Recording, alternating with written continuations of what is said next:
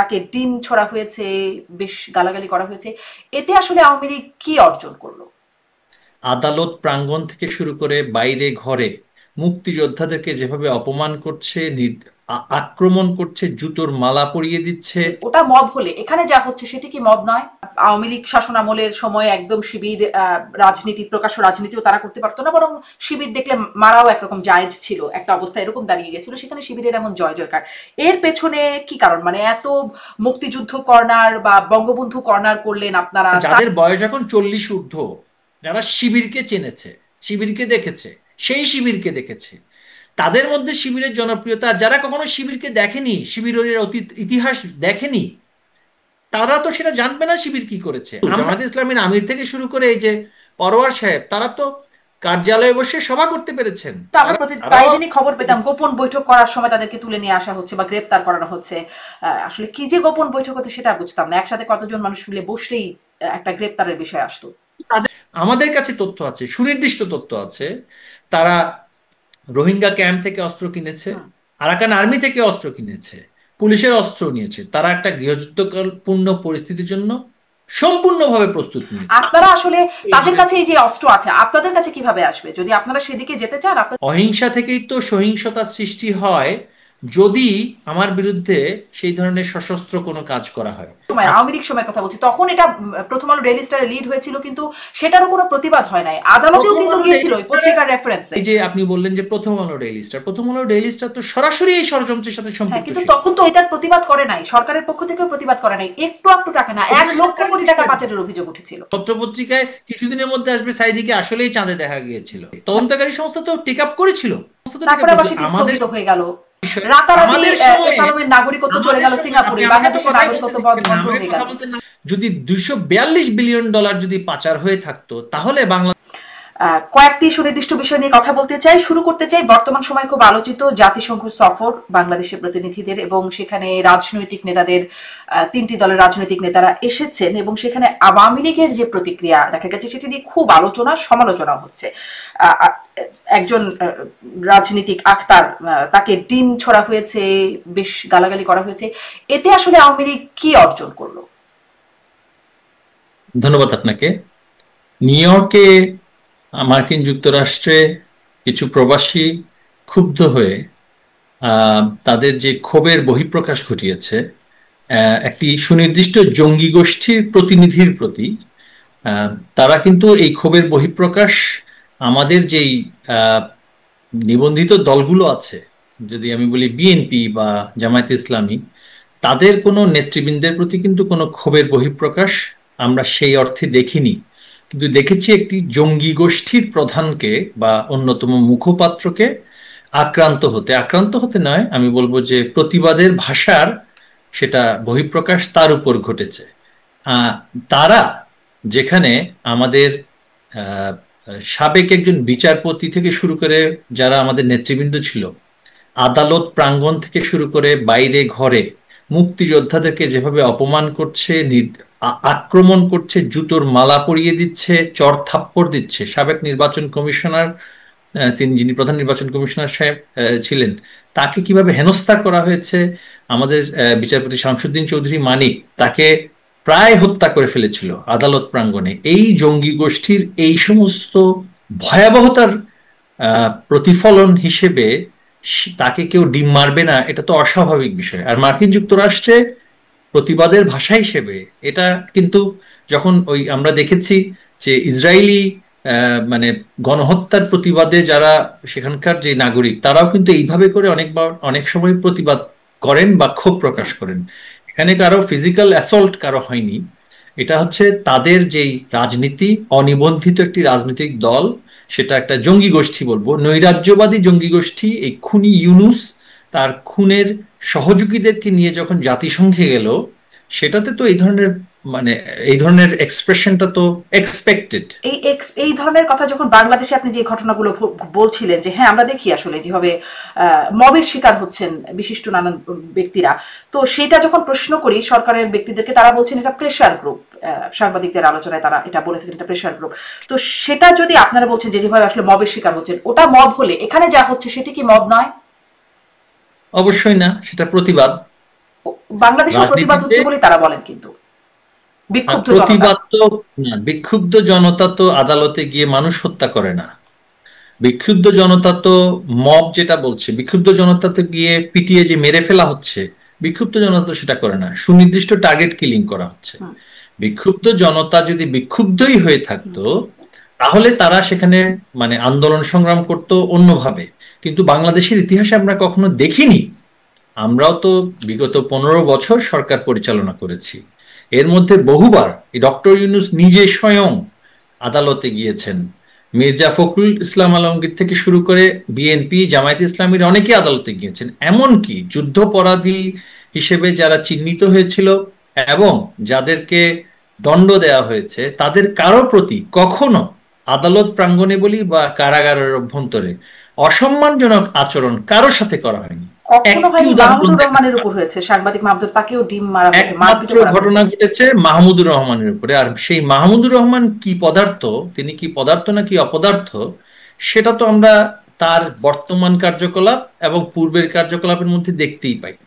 তিনি যেভাবে করে ওই আম, আহ, আমি বলবো গোয়েবলসীয় সাংবাদিকতা করেন, তার তো আসলে সাংবাদিকতা কোনো ব্যাকগ্রাউন্ড নেই। আপনার যেমন একটি সাংবাদিকতার একটা ব্যাকগ্রাউন্ড আছে, তিনি ছিলেন একটা বেসরকারি প্রতিষ্ঠান বেক্সিমকো গ্রুপের, ইনফ্যাক্ট সেখানে তিনি চাকরি করতেন ইঞ্জিনিয়ার হিসেবে। সেখানে অ্যাডভাইজার ছিলেন বিএনপি জামায়াত সরকারের সময়ে। হ্যাঁ, এবং তার তার পরবর্তীতে বেসরকারি একটি উপদেষ্টা হিসেবে বা অ্যাডভাইজার হিসেবে সেখানে বেগম খালেদা জিয়ার যে সরকার সেখানে অংশীদার ছিলেন। তার তো সাংবাদিকতার কোনো অভিজ্ঞতা নেই। সুতরাং হলুদ সাংবাদিকতার জন্য যা যা করার তিনি তাই তাই করতেন। স্বাভাবিকভাবেই তিনি যে আক্রান্ত হবেন না এই গ্যারান্টি তো কেউ আর তিনি কিন্তু রাজধানী ঢাকায় আক্রান্ত হননি। তিনি আক্রান্ত হয়েছিলেন আরেকটি জেলা শহরে। সেখানে স্বাভাবিকভাবেই রিসোর্সের সেখানে কিছু চ্যালেঞ্জ ছিল। এই একটি ঘটনা ছাড়া হুম, আপনি দেখবেন আর একটি কোনো ঘটনা পাবেন না যেখানে সাংবাদিক বলি, বুদ্ধিজীবী বলি, বিএনপি বা জামায়াতে ইসলামী সমমনার কারোর প্রতি, এমনকি এই যে গোলাম আজম সাহেব, হ্যাঁ, এবং অথবা এই যে মৌলানা সাইদি সাহেব, হ্যাঁ, তাদের প্রতিও কখনো কখনো একদিনের জন্য হলেও কিন্তু কখনো অসম্মানজনক আচরণ আহ, আমাদের সরকারের সময় হয়নি। আদালত তার নিজস্ব গতিতে চলেছে, আইন তার নিজস্ব প্রক্রিয়া চলেছে, এবং সেভাবে করে চলেছে বলেই 15 বছর আওয়ামী লীগ সরকার টিকেছে। নির্বাচন নিয়ে প্রশ্ন থাকতে পারে, সুশাসন নিয়ে প্রশ্ন থাকতে পারে, হুম, নানান বিষয় নিয়ে জি। প্রশ্ন থাকতে পারে, মানে কিন্তু আপনাকে তারপর একটা জিনিস সেভাবে চলেছে বুঝতে বলে হবে। 15 বছর টিকেছে, তারপর আসলে কিভাবে চললো না বলে 15 বছর পরে আসলে পতন হলো, সেই প্রসঙ্গে একটু পরে যাই, সেটি মূল বিষয় না আলোচনার আজকে। কিন্তু ওই যে আপনি বলছিলেন যে তিনি আসলে কি পদার্থ বা অপদার্থ ছিলেন মাহমুদুর রহমান, তাহলে এরকম আসলে অপদার্থ বা হলুদ সাংবাদিক হলে তাকে ডিম মারা, এটাতে সমস্যা হয় না? এটি আসলে করা যায়? আম, সেখানে যদি বহিঃপ্রকাশ ঘটে ক্ষোভের, ডিম কেন, মানুষ তো পাথরও তো মারতে পারতো, হুম, তাই না? পাথর তো তাকে মারেনি, বা তাকে তো পাথর কেউ মারেনি। সুতরাং সে যা করেছে, একটা কর্মফল বলে একটা কথা আছে। হুম, কর্মফল কিন্তু যেটা মানে একটা মানে তো কর্মের কর্মফলের যে দর্শন সে অনুযায়ী কিন্তু আপনি যা করবেন সেটা কিন্তু একটা প্রতি ফলন সেটা আপনার জীবনে হবেই। আক্তাররা যা করছে সারা বাংলাদেশে, সেটা একটি ডিম সেটা যথেষ্ট নয়। ডিমের চাইতে অনেক বেশি কিছু তাদের প্রাপ্য ছিল এবং প্রাপ্য তারা। হুম। কিন্তু মানে আওয়ামী লীগ, আমি বারবার বলছি, আওয়ামী লীগ আওয়ামী লীগ বাংলাদেশকে কোনো গৃহযুদ্ধপূর্ণ পরিস্থিতির মধ্যে ছেড়ে দিতে চায় না, ঠেলে দিতে চায় না। হুম, এই আজকের যে রাষ্ট্র ব্যবস্থা, আজকের যে অর্থনীতি, আজকে যেখানে আমাদের এত অভূতপূর্ব পরিবর্তন, উন্নয়ন এবং দারিদ্র্য বিমোচন থেকে শুরু করে যে সমস্ত পরিবর্তনগুলো এসেছে, এগুলো তো আওয়ামী লীগ সরকারের সময় এসেছে। তো সুতরাং আমরা কেন চাইবো বাংলাদেশটা হাইতিতে পরিণত হোক? আমরা কেন চাইবো বাংলাদেশ সোমালিয়াতে পরিণত হোক? এখন পর্যন্ত আমরা সবাই সহনশীল আচরণ করছি। আমাকে নিষিদ্ধ করে দেওয়ার পরও আমার কর্মীদেরকে, আমি যদি বলি আমি সরকারের দায়িত্বে ছিলাম, কোনো যদি দুর্নীতি করে থাকি আমি করেছি, কোনো যদি সহিংস ঘটনায় প্রশাসনকে নির্দেশনা দেওয়ার জায়গায় যদি সেখানে যদি আহ, অবিচারমূলক কোনো সিদ্ধান্ত সেটা আমি দিয়েছি, সরকার দিয়েছে বা সরকারের সাথে যারা সম্পৃক্ত ছিল, আমার পঞ্চগড় জেলা আওয়ামী লীগের সাধারণ সম্পাদকের সেখানে কোনো রোল ছিল না, বা আমার তেতুলিয়া জি, বা আমার মুখলেস চৌধুরী সীতাকুণ্ড নফল একদম নিঃসন্দেহে যেভাবে ঘরে ঘরে হামলা বা হচ্ছে সেটি খুবই নিন্দনীয় বিষয়, সেটি ঠেকানো যাচ্ছে না, এটির সমালোচনা জারি না, না, রাখতেই হবে। দেখুন, এটা আপনি মোটা দাগে খুবই দ্রুতভাবে বলে দিলে চলবে কারণ না, আমি আসলে আমাকে একটু পরের প্রশ্ন একটু যেতে চাই। আপনি বলছিলেন যে এই যে মানে আমি ওটি আমি হচ্ছে এত ফাস্ট কর্মফল। আসলে তো এখন বলতে মজার পারবো না। ব্যাপার কি জানেন, এখন এটি বলা হচ্ছে যে এটি আওয়ামী লীগের কর্মফল, তারা যা করেছে সেটির কর্মফল। দেখুন, আপনি আসলে যেভাবে আমার মানে কথা শেষ হওয়ার মধ্যে যদি আবার প্রশ্ন করে ফেলেন, আমার পক্ষে আসলে মানে কথার উত্তরটা যথাযথভাবে দেওয়া সম্ভব হবে না। আমার কথা সম্পূর্ণ হলে আপনি প্রশ্নটা করলে সেটা হুম, ভালো হবে, তাহলে পরিষ্কার হবে আমার যে বক্তব্যটা। একটু স্লো স্লো যাবেন, তাহলে আচ্ছা। আমার কথা একটু মানে সহজ হবে। কর্মফল, 15 বছর রাষ্ট্র পরিচালনা করার পরে তারপরে যদি আপনি বলেন যে যেই রাজনীতি যেইভাবে করে নির্যাতন হত্যাযজ্ঞ চলছে 5ই আগস্টের আগে এবং তার পরবর্তীতে, সেখানে তারা যা করছে, আমরা আমাদের সরকারের সময়ে যেভাবে রাষ্ট্র পরিচালিত হয়েছিল, সমাজ পরিচালিত হয়েছিল, বিচার বিভাগ পরিচালিত হয়েছিল, প্রশাসন পরিচালিত হয়েছিল, তার 1% যদি তারা চর্চা করত, তাহলে ন্যূনতম আইনি অধিকার, বিচার পাওয়ার অধিকার আমাদের সকলের থাকতো। তারা তো ইতিমধ্যে কারাগারে যেভাবে করে জেল হত্যা করেছিল, সেখানে তো সরাসরি গুলি করে হত্যা করেছে। ইতিমধ্যে কারাগারে আমাদের বহু নেতাকর্মীকে চিকিৎসা না দিয়ে হত্যা করা হয়েছে। আমাদের সময় তো দেখাতে পারবে না তারা বিএনপি বা জামায়াতে ইসলামীর কোনো নেতৃস্থানীয় ব্যক্তি বা এমনকি কর্মী পর্যায়ের কোনো ব্যক্তিকেও কারাগারে বিনা চিকিৎসায় কেউ মারা গিয়েছে, সেটা তো কোনো দেখাতে পারবে না। সুতরাং তারা যা করছে যথাসময়ে সেটা হুম। প্রাপ্য, তারা যদিও সেটার অভিযোগ করেন, বিএনপি নেতারা অভিযোগ করেন যে বেগম খালেদা জিয়াকে কারাগারে স্লো পয়জনিং করা হয়েছে, তার যথাযথ চিকিৎসা করা হয়নি, এই অভিযোগগুলো কিন্তু করেন, আপনি শুনেছেন নিশ্চয়ই। অভিযোগ তো বাংলাদেশে অভিযোগের কোনো শেষ নেই। যারা প্রপাগান্ডা করে, গোয়েবলসের একটা কথা ছিল, মিথ্যা যদি বারবার করে আপনি বলতে থাকেন, তাহলে সেই মিথ্যাটা একসময় জনগণের কাছে সত্য হিসেবে সন্দেহজনকভাবে উপস্থাপিত হয় এবং গ্রহণযোগ্য হয়ে যায়।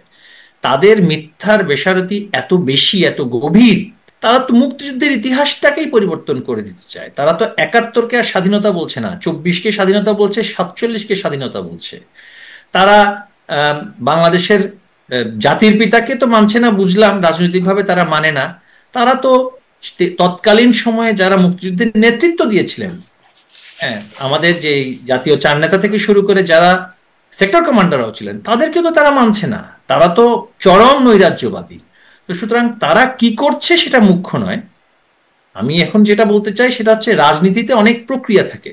রাজনীতিতে অনেক প্রক্রিয়া থাকে। একটি বিষয় হচ্ছে, দেখুন, যখন আমরা আম, যেখানে উন্নত রাজনীতির ন্যূনতম, যেখানে একটা উদাহরণ যদি আমি বলি, আমি প্রতিবেশী দেশগুলো যদি বলি, আমাদের আশেপাশের দেশগুলো, এবং আমরা যদি ইউরোপ আমেরিকার দেশের কথা বলি, সেখানে যারা রাজনীতি করেন, সরকারের যে নীতি, সেই নীতি যদি কোনো রাজনৈতিক দলের পছন্দ না হয়, তাহলে সেই নীতির তারা সমালোচনা করেন, বিরোধিতা করেন। সেটা তারা সংসদে করতে পারেন বা সেটা তারা গণমাধ্যমে করেন। প্রাথমিক কার্যক্রমটা হচ্ছে বিরোধিতা করা বা সমালোচনাটা করা। আমাদের 15 বছরের সময় আপনি একজন সাংবাদিক ছিলেন, আপনি সেখানে টক শো পরিচালনা করতেন। সেখানে প্রত্যেকটা টক শোতে বিএনপির বা অন্যান্য রাজনৈতিক দলের প্রতিনিধিত্ব কি ছিল না? প্রতিটা টক শোতেই ছিল। এবং 36টি চ্যানেলে বাংলাদেশে প্রতিদিন আওয়ামী লীগ সরকারের বিরুদ্ধে প্রতিদিন সমালোচনা করার জন্য দ্বার উন্মুক্ত ছিল এবং প্রতিদিন করা হতো। হ্যাঁ, যদি বলি যে মিছিল সমাবেশ করার বিষয়ে, সেখানে আমাদের সময়ে অনেক বেশি কঠোরতা অবলম্বন করা হয়েছে। কেন হয়েছে সেটা এখন দেখুন, যে out of control situation of Dhaka city, যে যেখানে পারছে সেখানে সমাবেশ ডেকে পুরো শহরকে ব্লক করে দিচ্ছে। এই যে অরাজকতা এবং নৈরাজ্য, সেটাকে বন্ধ করতে আমরা কিন্তু নিয়ন্ত্রিতভাবে পলিটিক্যাল প্রসেশনগুলো করার ব্যাপারে জি। সিদ্ধান্ত নিয়েছিলাম। তাও কখন? 2014 সালের পরে। 2014 সাল পর্যন্ত তো বিএনপি এবং জামাত সংসদে উপস্থিত ছিল। 2008 সালের নির্বাচনের পরে কিন্তু জামাত ইসলামীরও কিন্তু প্রতিনিধিত্ব সংসদে ছিল। 14 সালে তারাই সিদ্ধান্ত নিল তারা নির্বাচন করবে না। আমার সাথে তাদের এই জায়গাটাতে ব্যাপক পার্থক্য আছে। আমি বলছি নির্বাচন করা আমার অধিকার, আমাকে করতে দিতে হবে। আর তারা তো নিজেরাই সজ্ঞানে সাংগঠনিকভাবে সিদ্ধান্ত নিয়ে নির্বাচন করবে না, নির্বাচনকে প্রতিহত করবে। এই একটা করে বিষয়ে আসি, তাছাড়া অনেকগুলো প্রসঙ্গ মাঝখান দিয়ে চলে যাচ্ছে, স্কিপ হয়ে যাচ্ছে। যেমন আপনি বলছেন নির্বাচন, আপনি বলছেন আপনি নির্বাচন করতে চান কিন্তু করতে দেয়া হচ্ছে না। মোহাম্মদ আরাফাত আপনাদের নিষিদ্ধ হবার আগেই বলেছিলেন যে এই ইউনূস সরকারের অধীনে নির্বাচনে যাবেন না। সেই অবস্থাটা কি আপনাদের তাহলে ছিল না, দলীয় ছিল না? না, আপনি এখানে আমাকে তো কন্ট্রাডিক্ট করে কোনো লাভ হবে না। আপনি এটা মানে সেন্সেশনাল কন্ট্রাডিকশনের কোনো প্রয়োজন নেই। মোহাম্মদ আরাফাত যে কথা বলেছে সেটাই আমাদের দলীয় অবস্থান। আমি তো নির্বাচন করতে চাই, কিন্তু নির্বাচনটা কিভাবে হবে সেটা হচ্ছে কথা। তিনি কি বলেছেন? তিনি কি বলেছেন যে আওয়ামী লীগ নির্বাচন একেবারেই করবে না? তা তো নয়। নির্বাচন করার আগে যদি আমার কোনো সাংগঠনিক সভা বা আমার যে ডেকোরাম অনুযায়ী যে একটা আমার প্রেসিডিয়ামের একটা সভা হবে, সেই পরিস্থিতি তো আপনি রাখেননি। আপনি আওয়ামী লীগের প্রত্যেক নেতাকর্মীকে আপনি সর্বোচ্চ পর্যায়ে থেকে শুরু করে একেবারে তৃণমূলে আপনি গ্রেফতার করছেন। নির্বাচন তো অনেক দূরের কথা। স্বাভাবিক সাংগঠনিক সিদ্ধান্ত নেওয়ার যেই টেবিলে বসে আলোচনা করার যে সিদ্ধান্ত নেওয়ার যে অবকাশটা, সেই স্কোপটাকে আপনি রাখছেন? আপনি তো ঘর থেকে তুলে নিয়ে এসে মবের হাতে ছেড়ে দিচ্ছেন, মব তৈরি করছেন এবং হত্যা করছেন এবং অথবা কারাগারে নিক্ষেপ করছেন। আপনি মামলা দিচ্ছেন হাজার হাজার। এই মুহূর্তে আমার বিরুদ্ধে মামলা আছে, আমি যা দেখেছি এফআইআর আছে 160টি। তো একটা মানুষ 160টি খুন, মার্ডার কেস, হ্যাঁ, একসাথে তো করা কখনো সম্ভব নয়, তাই না?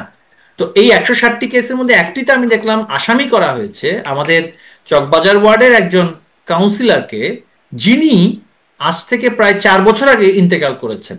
তাকেও সেখানে আসামি করা হয়েছে। এই যে মামলা বাণিজ্য শুরু করেছে বিএনপি, জামায়াতে ইসলামী এবং ইউনূসের জঙ্গি গোষ্ঠী মিলে, সেখানে নির্বাচন তো দূরের কথা, সাংগঠনিক কাজেই তো সেখানে করার অবকাশ নেই। সেই ক্ষেত্রে যখন আপনি এই ধরনের এক্সট্রিম অথরাইটেরিয়ান অ্যাকশনের দিকে যাবেন, ব্যাপক আপনার নিয়ন্ত্রণের দিকে যাবেন একটি বিশাল রাজনৈতিক দলের সংগঠনের প্রতি, সেটার পরিণতি কিন্তু ভালো হয় না। আমরা যদি বলি যে আমাদের সময়ে জামায়াতে ইসলামীকে ব্যান করা হয়েছে কিন্তু প্রশাসনিকভাবে 3রা আগস্ট, তার আগে আদালতে মামলাটা কিন্তু চলমান ছিল, কিন্তু তাদের কার্যালয় ছিল, তাদের কার্যালয়ে তাদের সভা হতো, তাদের মিছিল মিটিং এর ক্ষেত্রে যেহেতু তারা কিছু সুনির্দিষ্ট আক্রমণ করেছিল, সাইদি সাহেবকে যখন বলা হলো যে চাঁদে দেখা গিয়েছে, সেটাকে ইস্যু করে সারা দেশব্যাপী যেই ভয়াবহ অরাজকতা করাচ্ছে, তার পরবর্তীতে তাদের কার্যক্রমে কিছুটা নিয়ন্ত্রণ প্রতিষ্ঠা করা হয়েছে। কিন্তু জামায়াতে ইসলামীর আমির থেকে শুরু করে এই যে পরোয়ার সাহেব, তারা তো কার্যালয়ে বসে সভা করতে পেরেছেন, তারা প্রশাসনের সাথে কথা বলতে পেরেছেন। আমরা প্রায়দিনই খবর পেতাম গোপন বৈঠক করার সময় তাদেরকে তুলে নিয়ে আসা হচ্ছে বা গ্রেপ্তার করানো হচ্ছে। আসলে কি যে গোপন বৈঠক হতো সেটা বুঝতাম না। একসাথে কতজন মানুষ মিলে বসলেই একটা গ্রেপ্তারের বিষয় আসতো। তাদেরকে তো কখনো সেই কোনো সভার জন্য, সভা করার জন্য কোনো তো মামলা দেওয়া হয়নি। তাদের আলোচনা ছিল আমাকে করতে দেওয়া হয়নি, কিন্তু তাদের তো কার্যালয়টা তো কখনো ব্যবহার করতে পেরেছে। তারা বিএনপির যে কার্যালয়, তারা তো সার্বক্ষণিক সেটা ব্যবহার করতে পেরেছে। 28 অক্টোবর তো বিএনপি তো সেখানে মিছিলও করতে পেরেছে এবং সেখানে অনুমতিও দেওয়া হয়েছে মিছিল করার জন্য, সভা সমাবেশ করার জন্য, তাই না? তো আমরা যখন 2009 সালে রাষ্ট্রীয় দায়িত্বে আসলাম, বিএনপি বা জামায়াত ইসলামীর সভা সমাবেশ বাংলাদেশে কি পরিমাণে হয়েছিল, এবং সেখানে তারা 6টি সিটি কর্পোরেশনে বিজয়ী হয়েছিল, মেয়র হয়েছিল, তাই না? তো সুতরাং আমাদের সরকারের সময়ে ডাকসু নির্বাচন হয়, সেই ডাকসু নির্বাচনে ভিপি নির্বাচিত হয়েছিল, ভিপি এই যে নূর, তাই না? তো সেই ক্ষেত্রে সরকার যদি সবকিছুই, আমাদের আওয়ামী লীগ সরকার যদি সবকিছুই কুক্ষিগত করে ফেলতো, তাহলে তো ঢাকা ব্যাংক থাকতো না, বা বাংলাভিশন টেলিভিশন চ্যানেলও থাকতো না, এনটিভিও থাকতো না, তাই না? তাদের ব্যবসা বাণিজ্য, অর্থনৈতিক কার্যক্রম দেশের স্বার্থে, জনগণের স্বার্থে, কর্মসংস্থানের স্বার্থে, অর্থনীতির স্বার্থে, আমরা তো কখনোই সেগুলোতে নিয়মের বাইরে গিয়ে কোন ধরনের যে বিষয়টি বলা হয় যে আপনারা তো গণ অভ্যুত্থানে মানে আপনাদের পতন হয়েছে, অতএব আপনাদের সাথে ট্রিটমেন্টটা কি আর ওই রকম হবে? আমাদের কোনো গণ অভ্যুত্থান হয়নি। আমি মানে আপনার প্রশ্নটা আসলে আমার বক্তব্য শেষ করার পরে করলে তাহলে আমি আপনার প্রশ্নটা শুনতে পারবো, আপনি একটু আরেকবার বলুন। আমার আবার সময় সীমাবদ্ধ করে দিয়েছেন আপনি, যার কারণে একটু অনেকগুলো বিষয় অ্যাকোমোডেটও করতে হবে। তাহলে আমরা কম কথা বলবো, কিন্তু মানে যদি কথার উপর কথা আমি শুনতে পাচ্ছি না, এজন্য। আচ্ছা আচ্ছা, গণ অভ্যুত্থান হয়নি, তাহলে কি আপনার বক্তব্য কি? এটা তো গণ অভ্যুত্থান কিভাবে বলবেন আপনি?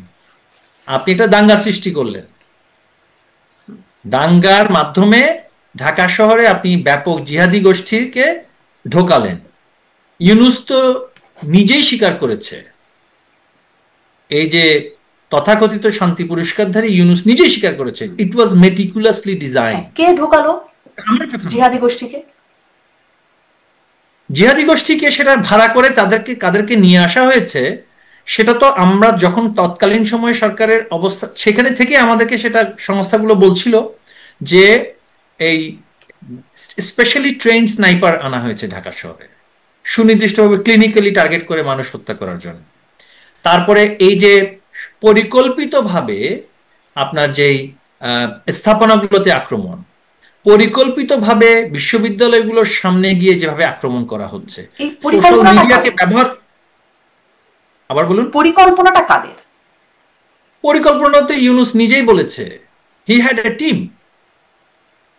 সেই টিমের সাথে কারা কাজ করেছে সেটা তো আমার পক্ষে এই মুহূর্তে বলা সম্ভব না, কিন্তু যারা বিশ্লেষক তারা প্রতিনিয়ত বলছেন, এমনকি আমেরিকাতে প্রফেসর জেফরি স্যাক্সও বলেছেন বিভিন্ন দেশ থেকে অর্থ এসেছে রেজিম চেঞ্জের জন্য। রেজিম চেঞ্জ অপারেশন যখন কেউ করে, সেই রেজিম চেঞ্জটা কিভাবে করে সেটা তো আমরা দেখেছি নানান দেশে। ইউক্রেনে আমরা দেখিনি, মেইডান রেভলিউশন বলা হয়ে থাকে। এবং মার্কিন প্রেসিডেন্ট ডোনাল্ড ট্রাম্প তিনি দায়িত্ব গ্রহণ করে বললেন বাংলাদেশ একটা ভুইফোর এনজিও কে $24 মিলিয়ন এক বছরে দেওয়া হয়েছে, সেখানে 3 জন লোক কাজ করে। এই $24 মিলিয়ন কাদের কাছে গিয়েছে? এই যে অর্থগুলো বিদেশ থেকে আনা হয়েছে, দেশ থেকে আনা হয়েছে, এবং হঠাৎ করে রাতারাতি পাকিস্তান সেনাবাহিনীর যেই বাংলাদেশে আসা যাওয়া, পাকিস্তানের সাথে যে ভয়াবহ নতুন করে একেবারে অভূতপূর্ব নতুন সম্পর্ক তারা স্থাপন করতেছে, যার সাথে আমার কোনো ট্রেডও নেই, সেই অর্থে যোগাযোগও মানে commercial relationship is very expensive, কারণ পাকিস্তান তো পুরো ভারতবর্ষ ক্রস করে সেখানে আসতে হয়। এখানে আমাদের কাছে তথ্য আছে সেখানে আইএসআই ইনভলভ ছিল, সেখানে অন্যান্য বিদেশি সংস্থা ইনভলভ ছিল। এগুলো তো পরিষ্কার হয়ে গিয়েছে এখন কিভাবে সমকামীদের সংগঠন থেকে শুরু করে একেবারে উগ্র মৌলবাদী সংগঠন সবাইকে কিভাবে আর্থিকভাবে ম্যানেজ করে নামানো হয়েছে সেটা তো আমরা দেখেছি। এই একই কাজ কিন্তু আগেও করার চেষ্টা করা হয়েছিল, কিন্তু আমাদের পরিকল্পনার কারণে নেতৃত্বের সেই দক্ষতা বা সেইভাবে করে প্রশাসনের যেই মানে কার্যক্রম, যারা নেতৃত্বে ছিলেন প্রশাসনের, তাদের দক্ষতার কারণে এই সকল ষড়যন্ত্র আগে তারা বাস্তবায়ন করতে পারে। আসলে কোথাও দক্ষতার ঘাটতি ঘটলো। এক্সট্রিম ডান, এক্সট্রিম বাম, মানে সবাই মিলেমিশে, একদম উগ্র ডানপন্থী এবং সমকামীদের সংগঠন সবাই মিলেমিশে গেল, কিন্তু আপনারা বিষয়টা ডিল করতে পারেন না। মানে আপনাদের শক্তি তখন কোথায় ছিল? আমি আসলে এদিকে খুব বেশি যেতে চাই না, এটা পুরনো আলোচনা, আপনিও হয়তো বিভিন্ন জায়গায় করেছেন, তারপরে যেহেতু বলছেন একটু শুনি। দেখুন, আমাদের শক্তি, আমাদের একটা অবস্থান ছিল যে আমরা রক্তপাত যেভাবে করে বাড়ছে, যেভাবে করে ক্লিনিক্যাল কিলিং চলছে, সেটা আমরা আরো বাড়ুক সেটা আমরা চাইনি। আমরা কিন্তু সাংগঠনিকভাবে যদি সেখানে সশস্ত্র অবস্থানও নিতাম বৈধ অস্ত্র নিয়ে, তাহলে কিন্তু পরিস্থিতি হয়তোবা আমাদের এই যে আজকের যে এইভাবে করে সরকার উৎখাত তারা করেছে সেটা তারা করতে পারত না। এখানে অনেক আভ্যন্তরীণ ষড়যন্ত্র হয়েছে। সেখানে সম্পূর্ণ দায়িত্ব যখন নির্দিষ্ট বাহিনীদের হাতে দিয়ে আমাদের দলকে বলা হলো যে সাংগঠনিকভাবে তারা মাঠ ছেড়ে দিক, সেই ধরনের কিছু সিদ্ধান্তের কারণে আমাদের রক্তপাত বন্ধ বা রক্তপাত না হোক সেই ধরনের আমাদের যে চিন্তা ছিল সেটার কারণেও হোক বা ষড়যন্ত্রের কারণে হোক, সেটা আমি ওই আলোচনায় যাচ্ছি না। তবে কিছুদিন আগে আপনি দেখেছেন যে এই যে ভিপি নূর, হ্যাঁ, তিনি নিজেই বলেছেন যে নানান এমবেসিতে গিয়ে যখন তিনি আলোচনা করেছেন, এটা আমার কথা না, এটা কোনো আর্টিফিশিয়াল ইন্টেলিজেন্স দিয়ে ইন্টারভিউ দেওয়ার কথা না, তাদেরকে নানানভাবে ফান্ডিং করা হতো সরকার বিরোধী কার্যক্রমের জন্য। ইউএসএইড এর ফান্ডিং গুলো কোথায় যেত সেটা আমরা দেখেছি।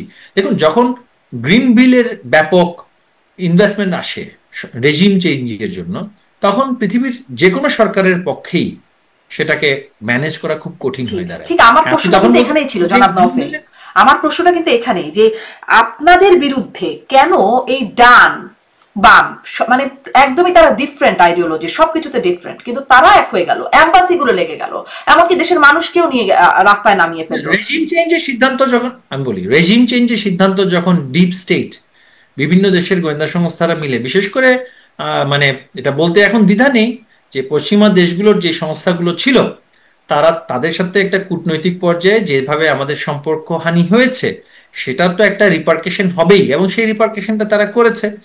এবং সেক্ষেত্রে আপনি বলতে পারেন যে এটাকে আমাদের কূটনৈতিক ব্যর্থতার ফসল কিনা, কারণ একটা পর্যায়ে কিন্তু 2014 সালের নির্বাচনের পরে মার্কিন যুক্তরাষ্ট্রও কিন্তু মানে জামায়াতে ইসলামী বা বিএনপির যে সহিংস আন্দোলনকে তারা কিন্তু সমালোচনা করেছে এবং তারা বলেছে যে this people are not fit to run the government, তাই না?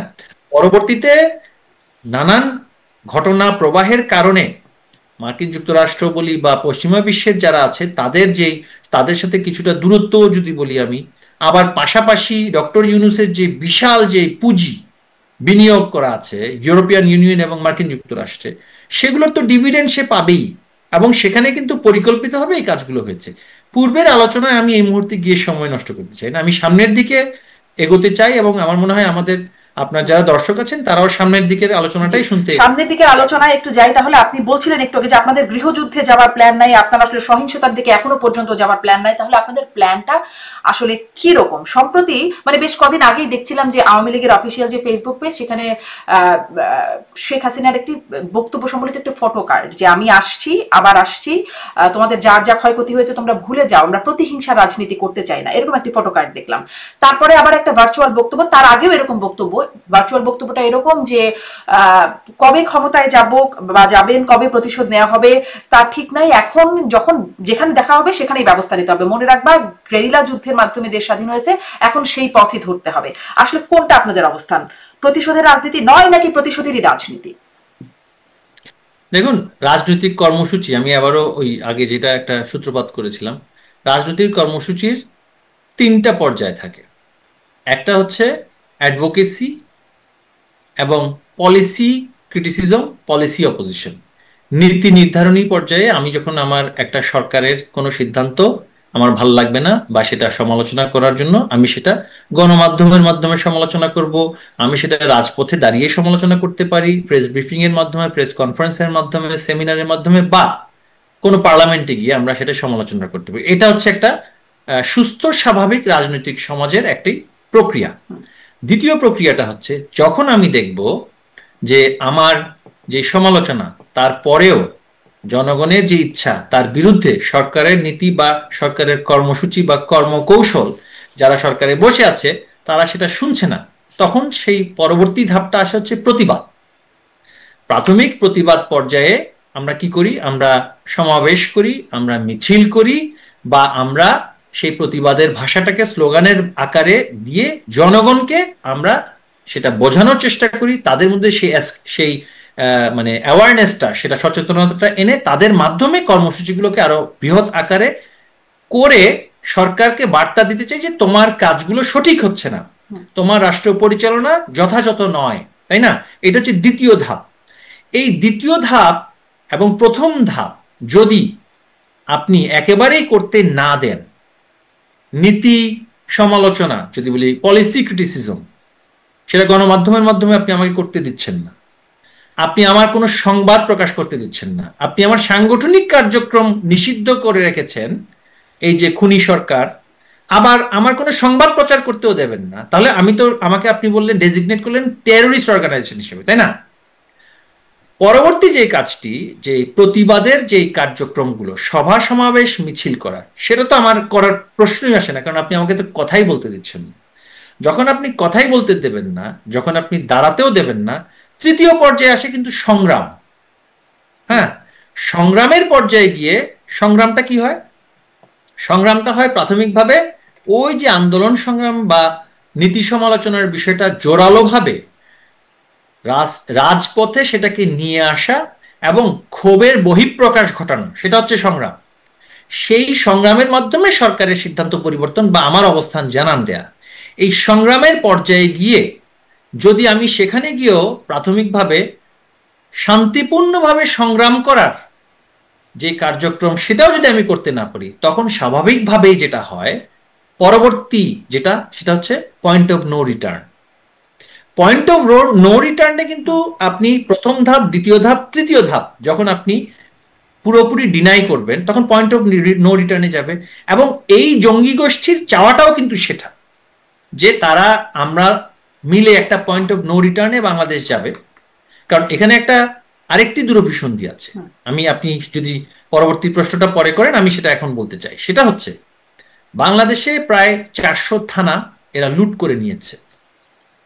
এই 400 থানাতে পুলিশের যেই মারণাস্ত্রগুলো ছিল, অস্ত্রগুলো ছিল, সেই অস্ত্রের সবগুলোই তারা লুট করেছে। স্বরাষ্ট্র উপদেষ্টা বর্তমানে যিনি আছেন জাহাঙ্গীর সাহেব, তিনি বলছেন যে এর মধ্যে 30% এখনো উদ্ধার করা সম্ভব হয়নি। এই 30% কাদের হাতে? এই 30% এই বিএনপি, জামায়াতে ইসলামী, এনসিপি এবং নানান ধরনের জঙ্গি গোষ্ঠীর হাতে চলে গিয়েছে। পাশাপাশি 5 তারিখের পরে বহু জঙ্গিকে জামিন দিয়ে এবং কারাগার ভেঙে কিন্তু সমাজে ছেড়ে দেওয়া হয়েছে, জঙ্গি এবং ধর্ষক, যার ফলশ্রুতিতে বাংলাদেশে নারী নির্যাতন এবং ধর্ষণের সংখ্যা ব্যাপক হারে বেড়ে গিয়েছে। যারা ধর্ষণের মামলার আসামি তাদেরকেও ছেড়ে দেওয়া হয়েছে। এমনকি বুয়েটে আবরার ফাহাদ হত্যা মামলার আমাদের সময়ে গ্রেফতার করা, দণ্ড দেওয়া আসামিকে জামায়াত ইসলামীর আইনজীবী শিশির মনির সাহেব সেখানে গিয়ে তাকে ছাড়িয়ে নিয়েছেন, জামিনের ব্যবস্থা করে দিচ্ছেন। এবং জামিন ব্যবসা করে আসিফ নজরুল শত শত কোটি টাকা রাতারাতি কামিয়ে নিয়েছে। বড় বড় টেররদেরকে তারা সমাজে উন্মুক্ত করে দিয়েছে। কেন করে দিয়েছে? কারণ তারা অ্যান্টিসিপেট করছে, তাদের একটা চাওয়া হচ্ছে বাংলাদেশে একটা সংঘাতপূর্ণ সহিংসতা শুরু হোক। সেখানে তারা অন্যান্য যে সমস্ত স্টেক হোল্ডার আছে, বাংলাদেশকে অস্থিতিশীল করার জন্য যারা চায় পরিকল্পিতভাবে এই আঞ্চলিক স্থিতিশীলতা বিনষ্ট করে এখানে আরেকটি আফগানিস্তান তৈরি করা, আরেকটি ওয়ার থিয়েটার তৈরি করা। আপনি দেখেছেন যে গোপনে কিভাবে ভিন্ন দেশের সেনাবাহিনী এখানে এসে, বিমান বাহিনী এসে মহড়া দিচ্ছে, আমরা কেউই জানি না। সেন্ট মার্টিন এখনো পর্যন্ত কিন্তু বন্ধ। এই বিশাল অস্ত্রের যে ভান্ডার, সেটা কাদের কাছে আছে? আওয়ামী লীগের নেতাকর্মীদের কাছে তো সে অস্ত্র নেই। 30% পুলিশের অস্ত্র কিন্তু এখনো হাতে হাতে রয়ে গিয়েছে। এর পাশাপাশি থানাগুলোতে কিন্তু আইনি এবং বেআইনি অস্ত্র মজুদ করে রাখা ছিল। বেআইনিগুলো এভিডেন্স আকারে, সাক্ষ্য আকারে ছিল, এবং অনেক লাইসেন্স করা অস্ত্র সেখানে রক্ষিত ছিল। মানুষ যারা লাইসেন্স করেছে তারা অনেক সময় থানায় গিয়ে অস্ত্রটা রেখে আসে নিরাপত্তার স্বার্থে। সেগুলো কিন্তু সবগুলোই মিসিং। তারপরে এসএসএফ, প্রধানমন্ত্রীর তৎকালীন সময়ে যে স্পেশাল সিকিউরিটি ফোর্স, তার যে অস্ত্রের ভল্ট ছিল, সেখানে উজি মেশিন গান থেকে শুরু করে সেমি অটোমেটিক রাইফেলস গুলো ছিল, সেগুলো একটা বিশাল অংশ মিসিং। এখন অস্ত্র এমন ভাবে এদের হাতে আছে, তারা নির্বাচনমুখী নয়, আসলে নির্বাচনটা একটা ফ্যাসাদ তৈরি করছে। নির্বাচনটাকে কেন্দ্র করে হয় নির্বাচনটাকে সংগঠিত করে, অথবা নির্বাচনের আগে বা পরে তারা প্রত্যাশা তাদের যে একটা ভয়াবহ সংঘর্ষপূর্ণ অবস্থা সৃষ্টি হবে, যেটা তারা বলছে যে ফাইনাল সলিউশন তাদের। তারা যে বলছে যে নিশ্চিহ্ন করবে, এই নিশ্চিহ্ন করার জন্য তারা একটা ফাইনাল সলিউশন চায়। ওই যে হিটলার যেভাবে করে সিদ্ধান্ত নিয়েছিল যে জিউদেরকে, ইহুদিদেরকে যে নিশ্চিহ্ন করবে বা অন্যান্য মাইনরিটি থেকে নিশ্চিহ্ন করবে, এরা এই পরিকল্পনা নিয়ে আগাচ্ছে। কারণ এরা বাই প্রফেশন জঙ্গি মানসিকতা বহন করে, নৈরাজ্যবাদী, অ্যানার্কিস্ট। হ্যাঁ, এবং সামনে শুধুমাত্র কয়েকজনকে রেখেছে। আপনি দেখেছেন তাদের। তাহলে আপনারা এই পরিস্থিতিতে কি পরিকল্পনায় সামনে আগাবেন? আমার প্রশ্নটা সেটা ছিল। আপনি যখন দেয়ালে যখন পিঠ থেকে যায়, সংগ্রামের তো সেই ধাপে গিয়ে আপনাকে যদি ইটটি মারে, আপনাকে পাটকেলটা মারার জন্য তো প্রস্তুতি নিতে হবে, তাই না? তো সুতরাং আমাদের একটাই সবচেয়ে বড় কনসার্নটা হচ্ছে আমার সাধারণ জনগণ, যাদের জন্য আমাদের এই আন্দোলন, যাদের জন্য আমাদের রাষ্ট্র পরিচালনা করার ইচ্ছা বা রাজনীতি। তো সেক্ষেত্রে মানুষের জীবন যাত্রার যে উন্নয়ন আমরা করেছি, আমি কি তাদেরকে একটি গৃহযুদ্ধপূর্ণ পরিস্থিতির মধ্যে ঠেলে দিয়ে তাদেরকে আরো দরিদ্র করা বা আরো বেশি দেশের ক্ষতি করা, কি সেটা আমি কি করতে পারবো? আমার কি করা সেটা কি সম্ভব হবে? সেটা হচ্ছে আমাদের একটা কনসিডারেশন। আওয়ামী লীগ যদি চায়, সেটাই আমি বলছি, কি করব সেটার রাজনৈতিক প্রক্রিয়া চলমান, রাজনৈতিক আলোচনা, রাজনৈতিক কৌশল, সেটা কিন্তু আমাদের চলমান আছে। আমরা আমাদের মতো করে প্রস্তুতি নিচ্ছি। সবসময় যে সহিংস আন্দোলনের মাধ্যমে যে লক্ষ্য বাস্তবায়িত হবে তা নয়, আবার সহিংসতা ব্যতীত যে সংগ্রামও যে সফল হয় তাও নয়। কোন ধরনের সহিংসতা খুব স্পষ্ট হতে পারছে না। তাহলে কি মাননীয় সাবেক প্রধানমন্ত্রী, আমাদের মেথড আপনাকে এখানে আমি আপনাকে এখানে বলবো না আমাদের, তাই না? তাহলে সেই যে সাবেক প্রধানমন্ত্রীর যে বক্তব্য, আওয়ামী লীগ নেত্রীর যে বক্তব্য যে গেরিলা যুদ্ধের মাধ্যমে দেশ স্বাধীন হয়েছে, এখনো সেই প্রস্তুতি বা সেভাবে সেদিকেই যেতে হবে, এটি কি আপনারা কিভাবে নিচ্ছেন? এই বক্তব্যটা কি আসলে নির্দেশনা হিসেবে নিচ্ছেন নাকি মানে কি? দেখুন, একটি হচ্ছে আমাদের মোটা দাগের নির্দেশনা। গেরিলা যুদ্ধ তো শুধুমাত্র অস্ত্র দিয়ে হয় না, সেটারও অনেক কৌশল থাকে। মহাত্মা গান্ধী ভারতে অহিংস আন্দোলন করেছিলেন, অসহযোগ আন্দোলন করেছিলেন, তাই না? কিন্তু এই অসহযোগ আন্দোলনের ভেতরে অনেক সহিংসতাও ছিল। নেতাজি সুভাষচন্দ্র বোস বা অন্যান্য যারা স্বাধীনতা আন্দোলন করেছিল তৎকালীন সময়, তারা যদি সেখানে সংগ্রামটাকে সেই অর্থে সহিংস না করত, সেই অহিংস অসহযোগ আন্দোলন কিন্তু সফল হতো না। আমার মূল আন্দোলন হচ্ছে অহিংস, কিন্তু সংগ্রামের নানান কৌশলের পর্যায়ে গিয়ে যদি সেখানে সহিংসতাটাকেই বেছে নিতে হয় বা সেটাকেও প্রতিহত করতে হয়, সহিংসতাকে প্রতিহত করতে হলে তো আপনাকে আত্মরক্ষা করতে হবে, আত্মরক্ষার জন্য আপনাকে যা করার সেটাও করতে হবে। আওয়ামী লীগের সে অভিজ্ঞতাটা আছে। আমি মনে করিয়ে দিতে চাই, এই যে ফেব্রুয়ারি মাসের নির্বাচনের কথা তারা বলছে, বেগম খালেদা জিয়া 96 সালে 15ই ফেব্রুয়ারি নির্বাচন করেছিল। সেই নির্বাচনে আওয়ামী লীগ এর নেতৃত্বে জামায়াতে ইসলামী, জাতীয় পার্টি, কমিউনিস্ট পার্টি, সকল রাজনৈতিক দল যে অসহযোগ আন্দোলন করেছিল, সেই অসহযোগ আন্দোলনের মাথায় বেগম খালেদা জিয়া সংসদে তড়িঘড়ি করে আইন পাশ করে ক্ষমতা ছেড়ে দিয়ে জুন মাসে আবার নির্বাচন দিতে তিনি বাধ্য হয়েছিলেন, তাই না? কিন্তু তখন মব সন্ত্রাস করা হয়নি, তখন জিয়াউর রহমানের কবরে ভাঙচুর বা আগুনও দেওয়া হয়নি, তখন সারা বাংলাদেশে বিএনপির নেতা কর্মীদেরকে বাড়িতে বাড়িতে গিয়ে হত্যা, ধর্ষণ, খুন, রাহাজানি, তাদের ব্যবসা বাণিজ্য ধ্বংস করে দেওয়া হয়নি। আন্দোলন হয়েছে, সহিংসতা সেখানে ছিল, প্রাণহানির সংখ্যাও কিন্তু এত বেশি ছিল না। ওই যে আপনি বলছিলেন না প্রথম ধাপ, দ্বিতীয় ধাপ, তৃতীয় ধাপ, মানে এর কোনো একটা ধাপে তার মানে বেগম জিয়া রাজি হয়ে গেলেন। কিন্তু আপনাদের ক্ষেত্রে যদি বলি, এর কোনো ধাপে কিন্তু তিনি রাজি হননি। তিনি যখন আন্দোলনটি এমন পর্যায়ে গিয়ে পৌঁছালো, প্রশাসন তার বিরুদ্ধে চলে গেলেন, সেখানে জনতার মঞ্চ সেখানে হলো, এখানে এবং সেখানে মানে চট্টগ্রাম বন্দরে, আমরা চট্টগ্রাম অঞ্চলে তখন সেখানে এমন আন্দোলন করেছি যে বন্দর আমদানি রপ্তানি বন্ধ হয়ে গেল। এবং এই যে পরিস্থিতিটা, সেখানে আমদানি রপ্তানি বন্ধ করতে কিন্তু আপনার হত্যাযজ্ঞ করতে হয় না, এগুলো কিছু কৌশল আছে।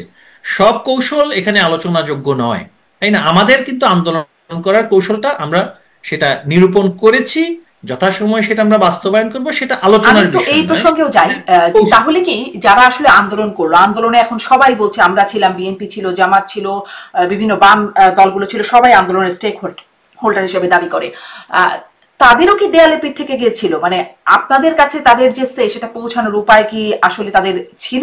মানে তারা নির্বাচন, একটা সুষ্ঠু নির্বাচন তারা পাচ্ছিল না। জি, আপনি কি 96 সালের কথা বলছেন? না না, আমি বর্তমান পরিস্থিতি, মানে আপনার 5ই আগস্ট পূর্বে তাদেরও কি দেয়ালে, মানে আন্দোলনের যে আপনি 1, 2, 3 নাম্বার ধাপ বা 4 ধাপগুলোর কথা বলছিলেন, সেই ধাপগুলোতে যদি না যাওয়া যায় তাহলে যখন দেয়ালে পিঠ থেকে যায় বা পয়েন্ট অফ নো রিটার্ন দেওয়া হয়েছে, হ্যাঁ, তাদেরকে তো দেওয়া হয়েছে ডলার ইনভেস্টমেন্ট, সেটা তো প্রকাশিত হয়েছে। কোথায় কত টাকা কাকে দেওয়া হয়েছে, কি পরিমাণ অর্থ বাংলাদেশে ঢোকানো হয়েছে রেজিম চেঞ্জ অপারেশনের জন্য, রেজিম চেঞ্জ অপারেশনের জন্য কত অর্থ এখানে বিনিয়োগ করা হয়েছে, সেটা কিন্তু ভিন্ন। আমাদের সময় যে আন্দোলন সংগ্রাম হয়নি তা তো না, এটা তো আন্দোলন সংগ্রাম হয়নি, এটা হচ্ছে টার্গেট কিলিং, দাঙ্গা বাঁধানো হয়েছে, টার্গেট কিলিং করা হয়েছে। এবং আমি, আমার অনেক বিএনপির যারা রাজনৈতিক বন্ধুরা আছেন, তারা নিজেরাও কিন্তু হতচকিত হয়ে গিয়েছিল যে ঘটনার স্কেলে, যে এইটা কারা করছে, কিভাবে করছে। বিএনপিও কিন্তু যে রাজনৈতিক আন্দোলন পরবর্তীতে করেছে, তারাও পরিকল্পিতভাবে কি কি করেছে সেখানে তাদের অনেক নিয়ন্ত্রণ ছিল না। এখন দেখা যাচ্ছে তারা ক্রেডিট নিচ্ছে বা পরিষ্কার সরাসরি বলছে, আমি রামপুরা টেলিভিশনে আগুন দিয়েছি, অর্থাৎ তারা সেটা করেছে। এবং সেটা করার জন্য তো একটা ইনভেস্টমেন্ট লাগে। যে কোনো আন্দোলন সংগ্রাম যারা করে, রাজনীতি যারা আমরা করছি, আমরা জানি মোবিলাইজেশন করার জন্য যে আর্থিক যোগ লাগে, যে অর্থ বিনিয়োগ করতে হয়, সেই অর্থটা তারা সেখানে নানান সোর্স থেকে তারা সেটা পেয়েছে, এবং পাওয়ার কারণেই তারা অত্যন্ত স্বল্প সময়ের মধ্যে সেটা করতে পেরেছে। এর পাশাপাশি এখন আমি যদি বলি, সবই শুধু ষড়যন্ত্র ছিল, জনগণের কোনো ক্ষোভ ছিল না, আমাদের সরকার শতভাগ একেবারে মানে সততার মূর্ত প্রতীক হিসেবে সরকারের পিয়ন থেকে শুরু করে সর্বোচ্চ পর্যায়ে সব জায়গায় সবকিছু সঠিক ছিল, সেটা তো একটা রাজনৈতিকভাবে আমি বলবো অপলাপ হবে, তাই না? প্রতিটা সরকারের বিরুদ্ধেই মানুষের ক্ষোভ থাকবে, এবং দুর্নীতির জায়গায় গিয়ে, বড় দুর্নীতি বা ছোট দুর্নীতি বলি, আওয়ামী লীগের নেতাকর্মীরাও তো দুর্নীতির শিকার হয়েছে, হয়েছে না? আমি সরকারে থেকে বসে রাজুকে আমাকে 50,000 টাকা ঘুষ দিতে হয়েছে আমার ফ্ল্যাটের, সিম্পল, আমি ফ্ল্যাট নিয়েছি, সেই ফ্ল্যাট আইডিএলসি থেকে আমি তৎকালীন সময় আমি লোন নিয়ে ফ্ল্যাট কিনলাম, আমাকে সেখানে মিউটেশন করতে আমি সরকারের উপমন্ত্রী থাকা অবস্থায় 50,000 টাকা ঘুষ দিতে হয়েছে। এবং আমাকে সেখান থেকে বলা হয়েছে যে মন্ত্রী হিসেবে আমি কম পেয়েছি, এটার রেট নাকি 2 লক্ষ টাকা। তো তারপরে আমার আপনারা কোনো একজন ব্যবস্থা নিলেন না? মানে মন্ত্রী হিসেবে আপনার তো একটা গ্রিপ ছিল। মন্ত্রী হিসেবে আমার গ্রিপ ছিল, আমি যদি তার বিরুদ্ধে ব্যবস্থা নিতে চাই তখন সে তো আমার মিউটেশনটা দেবে না, দিচ্ছে না। আমার সরকারি কর্মচারী আইনের যে প্রক্রিয়া, যে কোনো রাজনীতিবিদকে আপনি যে কোনো সময় মামলা দিয়ে কিন্তু আপনি তার বিরুদ্ধে দুর্নীতির মামলা বলেন, ক্রিমিনাল মামলা বলেন, যা ইচ্ছা তাই করতে পারবেন। কিন্তু সরকারি কর্মচারী আপনি দেখুন, বিগত আমাদের এই যে স্বাধীনতার পর থেকে এখন পর্যন্ত আমরা সরকারে যারা কর্মচারী তাদের যেই ডিসিপ্লিনারি প্রসেস, এটা যদি ক্যাডারভুক্ত সার্ভিস বলি বা রাজুক সিটি কর্পোরেশনের কর্মচারী বলি, আমরা কতজন ব্যক্তিকে শাস্তি দিতে পেরেছি, সেটাই তো আমাদের, আমি বলবো, ব্যর্থতা। আমি যখন বেসিক পাবলিক সার্ভিস নিতে যাই, সেখানে গিয়ে বার্থ সার্টিফিকেট বা পাসপোর্ট করাতে যাচ্ছি বা মিউটেশন করাতে যাচ্ছি, সেখানে গিয়ে যে আমাকে যে মাইক্রো করাপশন, মানুষটি কিন্তু মাইক্রো করাপশন কিন্তু ইফেক্ট করে না। মানে পৃথিবীর অনেক দেশে কিন্তু মাইক্রো করাপশন চলছে, বড় লার্জ প্রজেক্টগুলোতে নানান ধরনের প্রফিট শেয়ারিং হচ্ছে, সেটা রাজনৈতিক দল পাচ্ছে নাকি উচ্চ পর্যায়ের আমলারা পাচ্ছে নাকি কর্পোরেট প্রতিষ্ঠান পাচ্ছে, সেটা কিন্তু আমি আলোচনায় যাচ্ছি না। সেগুলো কিন্তু মাইক্রো পর্যায়ে, ব্যক্তি পর্যায়ে আমি একজন নাগরিক হিসেবে আমাকে কিন্তু সেগুলো কিন্তু এফেক্ট করে না। আমাকে এফেক্ট করে যখন আমি আমার নাগরিক সুবিধার যে অধিকারটা যেটা আছে, আমি আমার পাসপোর্ট করতে যাব, সেখানে ভেরিফিকেশনের জন্য আমাকে যদি পয়সা দিতে হয়, আমি মন্ত্রী থাকা অবস্থায় দিতে বাধ্য হয়েছি একজনের পাসপোর্ট করার জন্য। এই সমস্ত মাইক্রো আপনি গণপূর্ত করাপশনের মন্ত্রীকে জায়গায় জানান নাই? আপনাদের তো মন্ত্রিসভার বৈঠক হইতো, আলোচনা হতো, জানান অবশ্যই নাই যেটা হয়েছে। হয়েছে? গণপূর্ত মন্ত্রী সরাসরি সেই ডেস্ক অফিসারকে ফোন করেছে।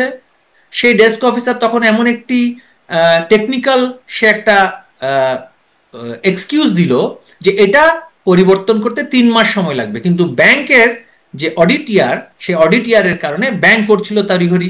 তখন ব্যাংক বলছে আপনি ক্ষমতা দেখিয়েছেন তাই আপনি বিপদে পড়েছেন, এটা কোনো বিষয়ই না, এইটা এত টাকা দিয়ে সমাধান হয়ে যাবে। এবং ব্যাংকেই করে দিয়েছে, যে লোন দেওয়া ব্যাংকের লোকেরাই করে দিয়েছে। এবং সেটা যেটা আমাকে বলা হচ্ছে 3 মাস সময় লাগবে রেকটিফিকেশন করতে, সেটা 24 ঘন্টার মধ্যে কাজ হয়ে গিয়েছে। এই যে স্পিড মানি দেওয়ার বিষয়টি, তাই না? তো আমরা চাপে পড়ে, আমাদের সময় অনেক মন্ত্রীও কিন্তু অভিযোগ করেছেন, কিন্তু আমরা তো এই যে wider ecosystem of government decision making, সেখানে নাগরিক তো আমিও, মন্ত্রী হতে পারি, উপমন্ত্রী হতে পারি বা সংসদ সদস্য হতে পারি, কিন্তু এক্সিকিউটিভ ফাংশনের জায়গায় তো আমার ফাংশন নেই। আমি তো, I am not the executive, আমি হচ্ছে ল মেকার। ল মেকার থেকে না, আমি মন্ত্রী তো এক্সিকিউটিভ এক্সিকিউটিভ বটে না, একজন মন্ত্রী তো এক্সিকিউটিভের leader, not the executive himself, তাই না? আমরা তো পার্মানেন্ট গভর্নমেন্ট না। পার্মানেন্ট গভর্নমেন্ট হচ্ছে এই যে আমাদের যে মন্ত্রণালয়গুলো, একজন রাজনৈতিক ব্যক্তি সেটার টপে থাকেন, বাকি পুরো যে সিস্টেমটা, এটা তো পার্মানেন্ট গভর্নমেন্ট। এদেরকে তো আপনি কখনো স্যাক করতে পারবেন না। এদের যে প্রক্রিয়া, তার মানে এই যে ডিসিপ্লিনারি 15-17 বছর একটা মানে স্টেবল হলেন গভর্নমেন্ট হিসেবে, তবুও আপনারা মানে প্রশাসন ব্যবস্থার উপর আপনারা গ্রিপ নিতে পারেন নাই, বরং তারাই সেটা আপনাদেরকে পরিচালিত করতো, এরকম একটা অবস্থা। আমাদেরকে পরিচালিত করতো, সেটা আমি বলবো না। আমি বলবো তাদের যে ডিসিপ্লিনারি প্রসেস, তাদের যে অ্যাকাউন্টেবিলিটি প্রসেস, তাদের যে পারফরমেন্স ইভ্যালুয়েশন যেটা হয়, সেই ক্ষেত্রে আমাদের অবশ্যই ব্যর্থতা ছিল। কারণ আমাদের দেশে যেই পারফরমেন্স ইভ্যালুয়েশন হয়, সে যেই প্রক্রিয়ার মাধ্যম হয়, নট কতগুলো সে টার্গেট মিট করেছে তার উপর হয় না, সে কত বিধিবিধান মেনে চলেছে তার উপরে হয়। এখন বিধিবিধান ফ্লেক্সিবলি আপনি দেখতে পারেন, আমি যখন সরকারি ছিলাম আমি দেখতাম মন্ত্রণালয়ে সেখানে ইন্টারপ্রিটেশনের বিষয় আছে। একটি বিধান আপনি নাগরিক স্বার্থে, জনগণের স্বার্থে, জনস্বার্থে সেটা সার্ভিস দেওয়ার জন্য বিধানটা সেভাবে পড়তে পারেন। আবার আপনার যদি মানসিকতা হয় আমি দিব না সার্ভিস, তাহলে আপনি সেভাবে ইন্টারপ্রেট করতে পারেন। এই যে একটা মানসিকতা, not to serve the public interest, এটা যদি আমার মধ্যে থাকে, তখন আমি তো সেটাতে কাজ করব না, এবং সেই কাজ না করার কোনো কনসিকুয়েন্স তো আমরা তৈরি করতে পারিনি। সেটা আমি বলবো আমাদের অন্যতম যে মাইক্রো লেভেলে রেগুলার গভর্নমেন্ট এমপ্লয়ি যারা, এবং এই কারণে তো এই যে ব্যক্তি যারা আন্দোলন করলো, একটা বিশাল তরুণ সমাজকে এই যে ক্যারটটা, সেটাই তো তারা দেখালো যে কোনো রকমে যদি সরকারের একটা কেরানি হওয়া যায়, তাহলে তো তুমিও এই বিশাল কেকের ভাগ পাবে, তাই না? এই কেকের ভাগ দেওয়ার জন্যই তো তারা উত্তেজিত করলো যে আমাদের তরুণ সমাজকে, যে you also are entitled part of this cake, corruption cake and unaccountability cake. এখন এরা কিন্তু সরকারে বসে একই কাজই করছে। এরা সরকারে বসার পরে এরা নিয়োগ শুরু করে দিয়েছে, কোনো ধরনের যোগ্যতা যাচাইবিহীন ভাবে এরা বসে, এরা যেহেতু এদেরকে যেহেতু তার মানে প্রশাসন কি ভয় পাচ্ছে। সামারিটা এরকম জনাব নওফেল, যে আসলে এই প্রশাসনের কাছে বা সরকারের এর ভেতরে যারা আসলে ভেতরের মানুষ বা পর্যালোচনার কাছে, তাদের কাছে যারা সরকারে যাচ্ছেন, ক্ষমতায় যাচ্ছেন, তারা অসহায়? আমি বলবো আমাদের দেশের রাজনৈতিক দলগুলোর মধ্যে মতানৈক্য, এবং সেখানে আমাদের যেহেতু কনসেনসাস ড্রিভেন পলিটিক্স না, হ্যাঁ, এবং সেখানে আমরা একে অপরকে নিশ্চিহ্ন করার যে মানসিকতাটা রাখি, এর ফাঁকে প্রশাসনকে জনমুখী করার জন্য, জনস্বার্থে পরিচালনা করার জন্য যে ধরনের ডিসিপ্লিনারি প্রসেস আমাদের নেওয়া দরকার, সেখানে আমাদের কেউই সেভাবে করে মনোযোগ দিচ্ছেন না, দেননি, আগামীতে দেবেন কিনা আমি স্পষ্ট। মানে পলিটিক্যাল অপোনেন্টের সাথে ডিল করতে করতে আসলে এখানে মনোযোগ দেওয়াটা কম হয়ে যায়, তাই মনে হলো। আমি একটু এখানে আসি যে সম্প্রতি, কিন্তু সত্য, জি সম্প্রতি একটু ডাকসু একদম ছোট ছোট করে কয়েকটা পয়েন্টে যদি আপনার কাছে আসি, যে সম্প্রতি যে শিক্ষাঙ্গনগুলোতে দেখলাম, আপনি শিক্ষামন্ত্রী ছিলেন, অতএব এই প্রশ্নটা হয়তো রেলিভেন্ট হবে আপনার কাছে। ডাকসু নির্বাচন হলো সামনে, আরো শিক্ষা মানে বিশ্ববিদ্যালয় নির্বাচন পেন্ডিং আছে, সেখানে শিবিরের জয় জয়কার, অথচ আওয়ামী লীগ শাসন আমলের সময় একদম শিবির রাজনীতি, প্রকাশ্য রাজনীতিও তারা করতে পারতো না, বরং শিবির দেখলে মারাও একরকম জায়েজ ছিল, একটা অবস্থা এরকম দাঁড়িয়ে গেছিল, সেখানে শিবিরের এমন জয় জয়কার। এর পেছনে কি কারণ? মানে এত মুক্তিযুদ্ধ কর্নার বা বঙ্গবন্ধু কর্নার করলেন আপনারা, তার কি কোনো মানে সত্যিকারের ইম্প্যাক্ট আপনারা পেয়েছেন? দেখুন, এই যে কর্নার করা বা এই যে কিছু সুপারফিশিয়াল, আমি বলবো যে সিম্বলিক রিপ্রেজেন্টেশন, হ্যাঁ, মানে সিম্বলিকলি দর্শনকে প্রতিষ্ঠা করা যায় না, দর্শনের বিষয়টা, চেতনার বিষয়টা ধারণ করতে হয়। হ্যাঁ, সেই ক্ষেত্রে যতই আপনি কর্নার করেন বা যতই আপনি সেমিনার করেন, অনেক বিষয়ে সেই প্রশ্নে তরুণ সমাজ কিন্তু তাদের যে পেশা, তাদের যে ফিউচার, তাদের যে ভবিষ্যৎ, চাকরি বাকরি বা শিক্ষা জীবন শেষ করা, সেটাকে কিন্তু সবচেয়ে বেশি প্রাধান্য দেয়। আপনি রাজনৈতিক দর্শন বা রাজনৈতিক যে আদর্শ সেটা ধারণ করতে পারেন, কিন্তু তারা, যারা বিশেষ করে শিক্ষার্থী, তাদের মধ্যে কিছু প্রাইমারি কনসিডারেশন কাজ করে, যে আমি এখানে শিক্ষা জীবন সম্পন্ন করতে এসেছি, শিক্ষা জীবন সম্পন্ন করার জন্য নিরাপদে আমি কিভাবে ক্যাম্পাস যথাসময়ে শেষ করে বেরিয়ে যাব, সেটা আমার কাছে সবচেয়ে বেশি মুখ্য বিষয়। শিক্ষার্থীদের মধ্যে দুটো জিনিস কাজ করেছে বলে আমি ব্যক্তিগতভাবে মনে করি। তারা একটা বিষয় চিন্তা করেছে, নিরাপত্তার কথা, যে জামায়াতে ইসলামীর যে ছাত্র সংগঠন, ছাত্র শিবিরের যেই সাংগঠনিক কার্যক্রম অতীতে আমরা দেখেছি, বর্তমানে আমরা প্রায় সময় দেখি, সেখানে কিন্তু তাদের মধ্যে দুটো অংশ থাকে। একটা থাকে অত্যন্ত মার্জিত, সভ্য, সুশীল, চমৎকারভাবে কথা বলে মানুষকে বুঝিয়ে একটা প্রতিনিধিত্বমূলক একটা মানে ইমেজ তারা সামনে আনে। এর পাশাপাশি ভীতির যে একটা বিষয়টা, এটা ঐতিহাসিকভাবে তারা কিন্তু পরিকল্পিতভাবে, সুনির্দিষ্টভাবে টার্গেট কিলিং এ কিন্তু খুবই সিদ্ধহস্ত।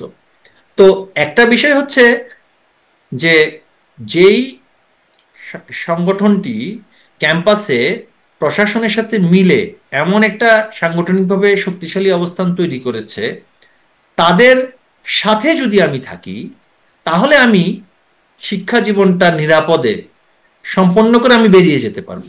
এই কারণে কি সবাই আগে ছাত্রলীগে যোগ দিত, এমনকি শিবিরও গুপ্ত রাজনীতি করতো, এই কারণেই কি হতে পারে?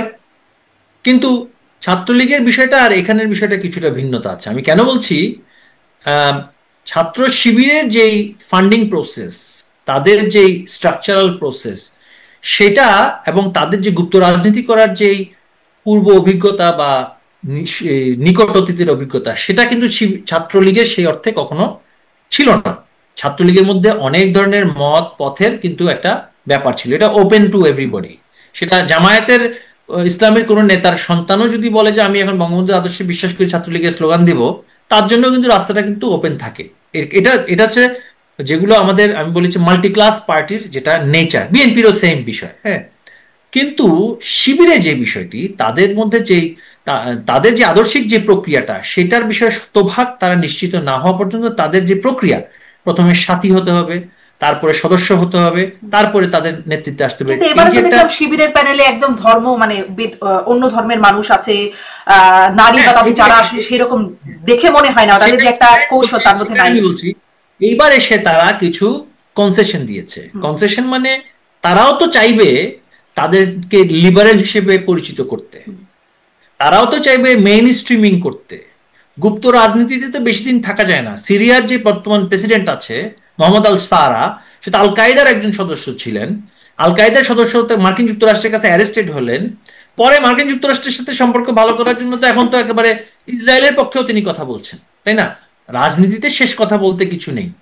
রাজনৈতিক কৌশলের ক্ষেত্রে আমি বলবো শিবির তার যেই পাবলিক ইমেজ সেটা তারা পরিবর্তন করেছে।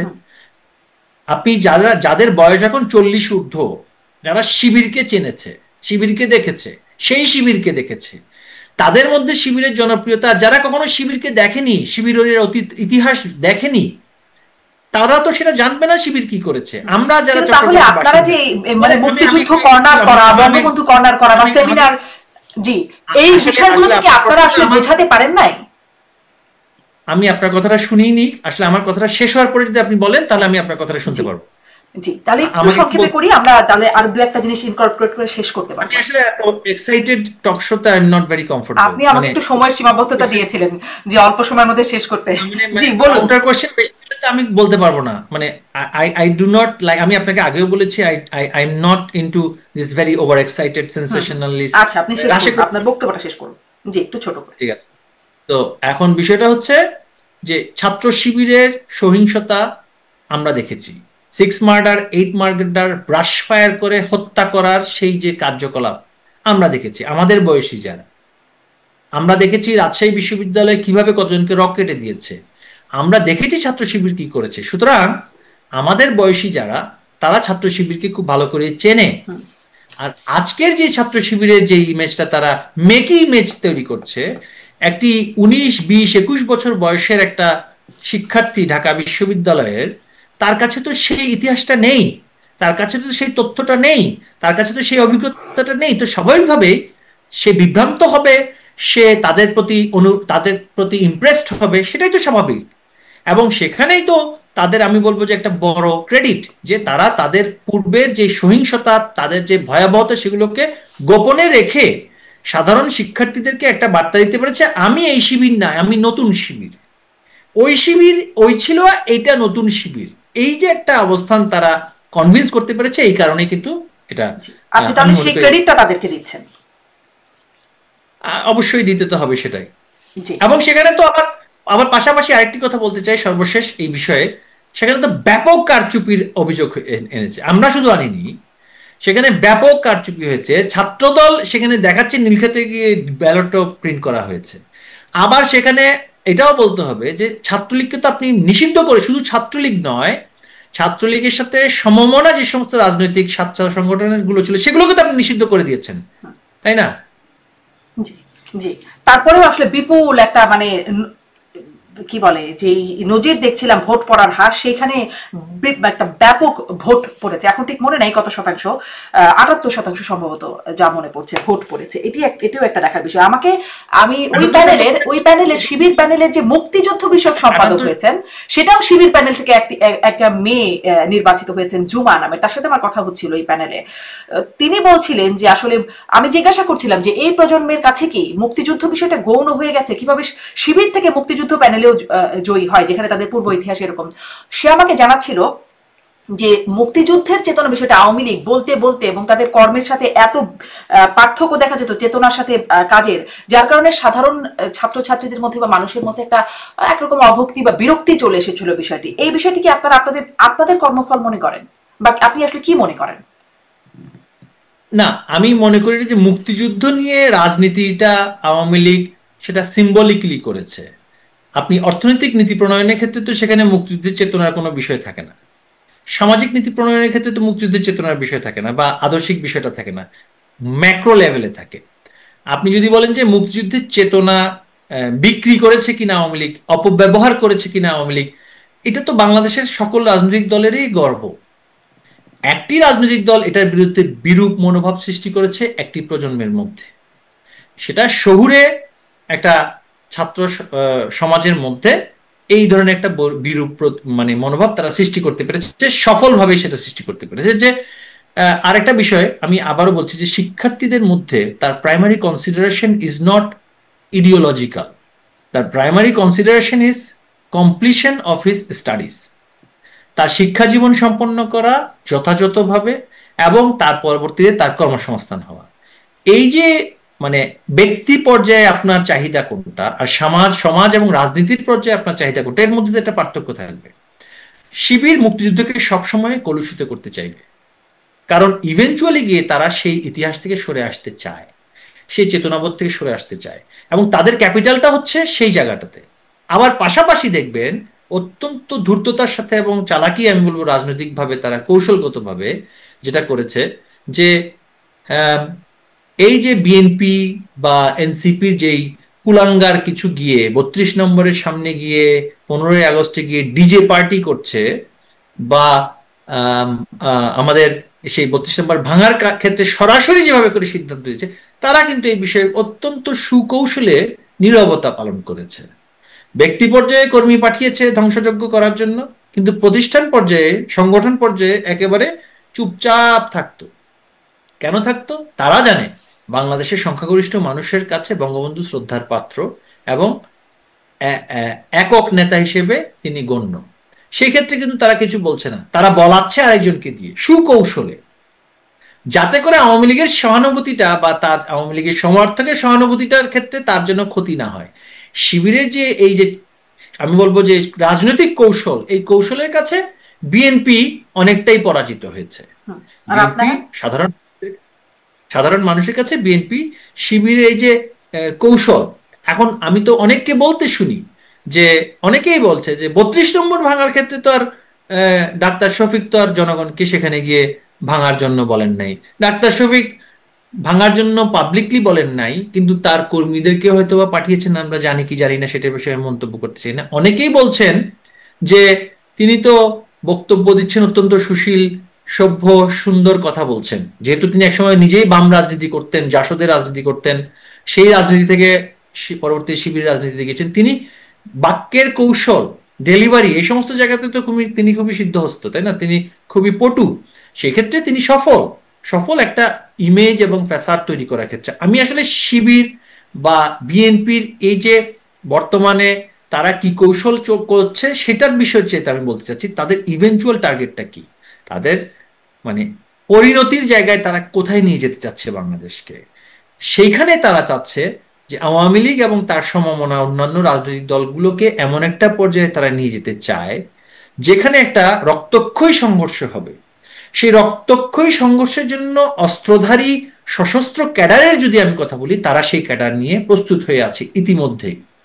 আমাদের কাছে তথ্য আছে, সুনির্দিষ্ট তথ্য আছে, তারা রোহিঙ্গা ক্যাম্প থেকে অস্ত্র কিনেছে, আরাকান আর্মি থেকে অস্ত্র কিনেছে, পুলিশের অস্ত্র নিয়েছে। তারা একটা গৃহযুদ্ধপূর্ণ পরিস্থিতির জন্য সম্পূর্ণভাবে প্রস্তুত নিয়েছে। আপনি যে বলছিলেন আপনাদেরও অহিংস কৌশল আছে এবং দরকার হলে সহিংসতার জায়গায় সেখানেও আপনাদের প্রস্তুতির জায়গায়, একটু আগে যখন বলছিলেন মানে গান্ধীর আমাদের কৌশল নিয়ে আমি এখানে বিস্তারিত আলোচনা বলতে চান না, কিন্তু আপনারা আসলে তাদের কাছে এই যে অস্ত্র আছে আপনাদের কাছে কিভাবে আসবে? যদি আপনারা সেদিকে যেতে চান আপনাদের কাছে কিভাবে আসবে বা আছে না? আমরা তো আমাদেরকে যারা সহিংসভাবে নিশ্চিহ্ন করতে চায়, সশস্ত্রভাবে আমাদেরকে নিশ্চিহ্ন করতে চায়, তারা অস্ত্রের যোগান, অস্ত্রের প্রশিক্ষণ, সহিংস সশস্ত্র আন্দোলনের যে মানে প্রতিহত করা আমাদেরকে যে প্রক্রিয়াটাতে তারা যাচ্ছে ধীরে ধীরে, সেই তথ্য তো আমাদের নিতে হবে। আমাদের কাছে যথাযথ অনেক সোর্স আছে, দেশে তো আমাদের সকলেই বিদ্যমান আছে, এবং যে সমস্ত জায়গা থেকে অস্ত্রগুলো দেয়া হয় বা নেওয়া হয় সেগুলো তো নানান সংস্থা বা কারা কোন দিক থেকে কোন দেশ থেকে সেগুলো আনে, কিভাবে সেটাকে বিতরণ করে, যারা রাজনীতি করে, মাঠে রাজনীতি করে, তাদের কাছে এই তথ্যগুলো থাকে। আমাদের কাছেও সেই তথ্যগুলো আছে। জি, সেই তথ্যের প্রেক্ষিতে মানে আপনারাও যে সেটাকে মোকাবেলা করার প্রস্তুতি নিচ্ছেন, আপনাদের সোর্সটা কি? সেখানে আপনারা যদি সহিংস হতে চান আপনাদের অস্ত্রের উৎসটা কি হবে? দেখুন, আমি তো আমাদের অস্ত্র যুদ্ধ বা সশস্ত্র যুদ্ধ নিয়ে আলোচনা করার জন্য এখানে আসিনি। আচ্ছা, ঠিক আছে। আবার আমি বলিনি যে এটা নিয়ে কোনো আলোচনা মানে আমরা এই কাজেই করতে যাব। আওয়ামী লীগ সশস্ত্র যুদ্ধ করার অভিজ্ঞতা আওয়ামী লীগের আছে, সেটা আমি বলেছি। অহিংস এবং সহিংস দুটোই হতে পারে না, অহিংসা থেকেই তো সহিংসতার সৃষ্টি হয় যদি আমার বিরুদ্ধে সেই ধরনের সশস্ত্র কোনো কাজ করা হয়। আত্মরক্ষা করতে গিয়ে তো আপনাকে কিছুটা হলে সেই সহিংসতা উত্তর দেওয়ার জন্য আপনাকে তো সশস্ত্র হতে হবে, সেটাই হচ্ছে বিষয়। জি, এটা এমন কোনো আলোচনার ক্ষেত্র নয় যে আমি এখানে বসে আমার কি কৌশল সেটা বারংবার আমি আপনাকে বারবার বলতে। ঠিক আছে, একদম জি, স্পষ্ট এটি।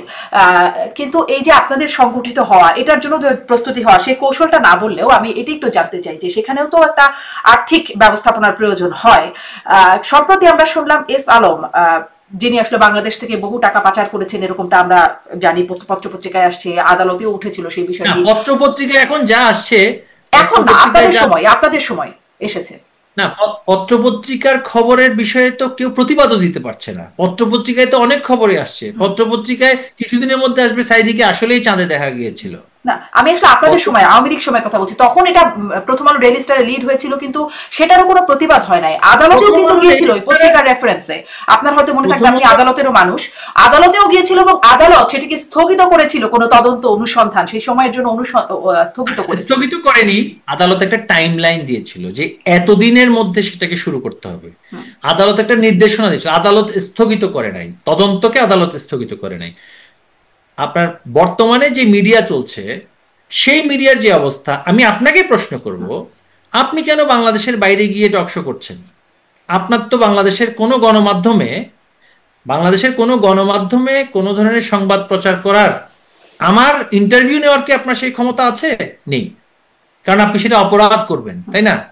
তো যেখানে আপনি আপনার টকশো পরিচালনা করার জন্য ইউটিউবের আশ্রয় নিতে হয়েছে। না, যদিও আমি আসলে বাংলাদেশে বিদেশে আসাটা আপনাদের গণ অভ্যুত্থানের হবার বহু আগে, বা আপনি যেই আন্দোলনই বলেন তার আগে, সেটি আমার ব্যক্তিগত কারণে। আমি একটু দর্শককে বলে রাখতে চাই, আমি 2024-এর ফেব্রুয়ারি, ব্যক্তিগত কারণটাই আমি বলবো, আমি আসলে ফেব্রুয়ারিতে আপনারা যখন ক্ষমতায় আছেন এবং ভালোভাবেই আছেন, নির্বাচনের ঠিক পর আমি চলে এসেছি, সেটি আমার ব্যক্তিগত কারণে। ক্ষমতা আছে এখন একজন সাংবাদিক হিসেবে আওয়ামী লীগের কারো ইন্টারভিউ না পারছে না, আসলে সেটি পারছে না। এটি একদম চাক্ষুষ দৃশ্যমান যে এটি আওয়ামী লীগের কেউ দেশের গণমাধ্যমে কোথাও কথা বলা শুরু। আওয়ামী লীগ নয় শুধু আব্দুল লতিফ সিদ্দিকী আওয়ামী লীগের সমালোচনা করেছে, তাকে যেভাবে অপমান করা হলো, আক্রমণ করা হলো, আওয়ামী লীগের সমালোচক যারা ছিল সেই কথাগুলো তো এখানে এখন শুধু বিরোধিতার জন্য বিরোধিতা, বা যেটা এই নৈরাজ্যবাদী গোষ্ঠী যে ট্রেন্ড স্থাপন করতেছে, সেই ট্রেন্ডের কথা আমি যদি বারবার বলতে থাকি, এই যে আপনি বললেন যে প্রথম আলো ডেইলি স্টার তো সরাসরি এই ষড়যন্ত্রের সাথে সম্পৃক্ত, কিন্তু তখন তো এটার প্রতিবাদ করে নাই, সরকারের পক্ষ থেকেও প্রতিবাদ করে নাই, একটু টাকা না, 1 লক্ষ কোটি টাকা পাচারের অভিযোগ উঠেছিল। এটা তো সরকারের বিষয় নয়, এটা তদন্তকারী সংস্থা দেখবে। তদন্তকারী সংস্থা তো টেক আপ করেছিল, তদন্তকারী সংস্থা তো আমাদের হয়ে গেল, সেটা তো আদালতের বিষয়। আমাদের সময় নাগরিকত্ব চলে গেল সিঙ্গাপুরে, বাংলাদেশের নাগরিকত্ব বন্ধ হয়ে গেল। কথা বলতে না দিলে তো আসলে আপনার টক শোতে আমার পক্ষে কথা বলা খুব কঠিন হয়ে দাঁড়াবে। আমি কথা বলার সময় আপনি যদি একটু অপেক্ষা করেন, তাহলে আপনি আমার পয়েন্টগুলো দিয়ে দিলাম, যেন আপনি এই পয়েন্টগুলোতে একটু বলেন। না, আপনার পয়েন্ট তো আমি শুনতে পাচ্ছি না। আমি বলার সময় যখন আপনি বলবেন, আপনার পয়েন্টটা আমি শুনতে পারবো না, তাই না? আপনাকে আমার কথাটা বন্ধ করতে হবে। আমি আপনার কথার মধ্যে কিন্তু আমি কথা বলছি না। আপনি আমার কথাটা বলতে দেওয়ার পরে আপনি যদি আমাকে পয়েন্টগুলো দেন তাহলে ভালো হয়। আমি কি তাহলে পয়েন্টগুলো দিয়ে নিব? আমি কি একটু পয়েন্টগুলো দিয়ে নিব? যেটা আমি বলতে চাচ্ছিলাম, পয়েন্টগুলো হচ্ছে, আমি বলছিলাম যে আদালতে সেই তদন্তটা স্থগিত করা হলো। এস আলমের রাতারাতি নাগরিকত্ব পরিবর্তনে বাংলাদেশের নাগরিকত্ব ছেড়ে চলে গেলেন সিঙ্গাপুর এবং সাইপ্রাস, সম্ভবত সেই দেশগুলোর নাগরিকত্ব তিনি গ্রহণ করলেন পরিবার সহকারে। মানে এই ঘটনাগুলো হয়ে গেল, 1 লাখ কোটি টাকা পাচার হয়ে গেল, সেটা না প্রতিবাদ, না যথাযথ তদন্ত সে সময় হলো না। 1 লাখ কোটি টাকা পাচার, আমি বলি 1 লাখ কোটি টাকা পাচার হয়েছে, এটা কে বলেছে? এটা একটা অনুমান। ইউনূস সরকার বলছে বাংলাদেশ থেকে $242 বিলিয়ন নাকি চলে গিয়েছে। বাংলাদেশের বর্তমান অর্থনীতিতে জিডিপির আকার হচ্ছে $250 বিলিয়ন। যদি $242 বিলিয়ন যদি পাচার হয়ে থাকতো, তাহলে বাংলাদেশের অর্থনীতি হতো আজকে মালয়েশিয়ার থেকে $200 বিলিয়ন বেশি।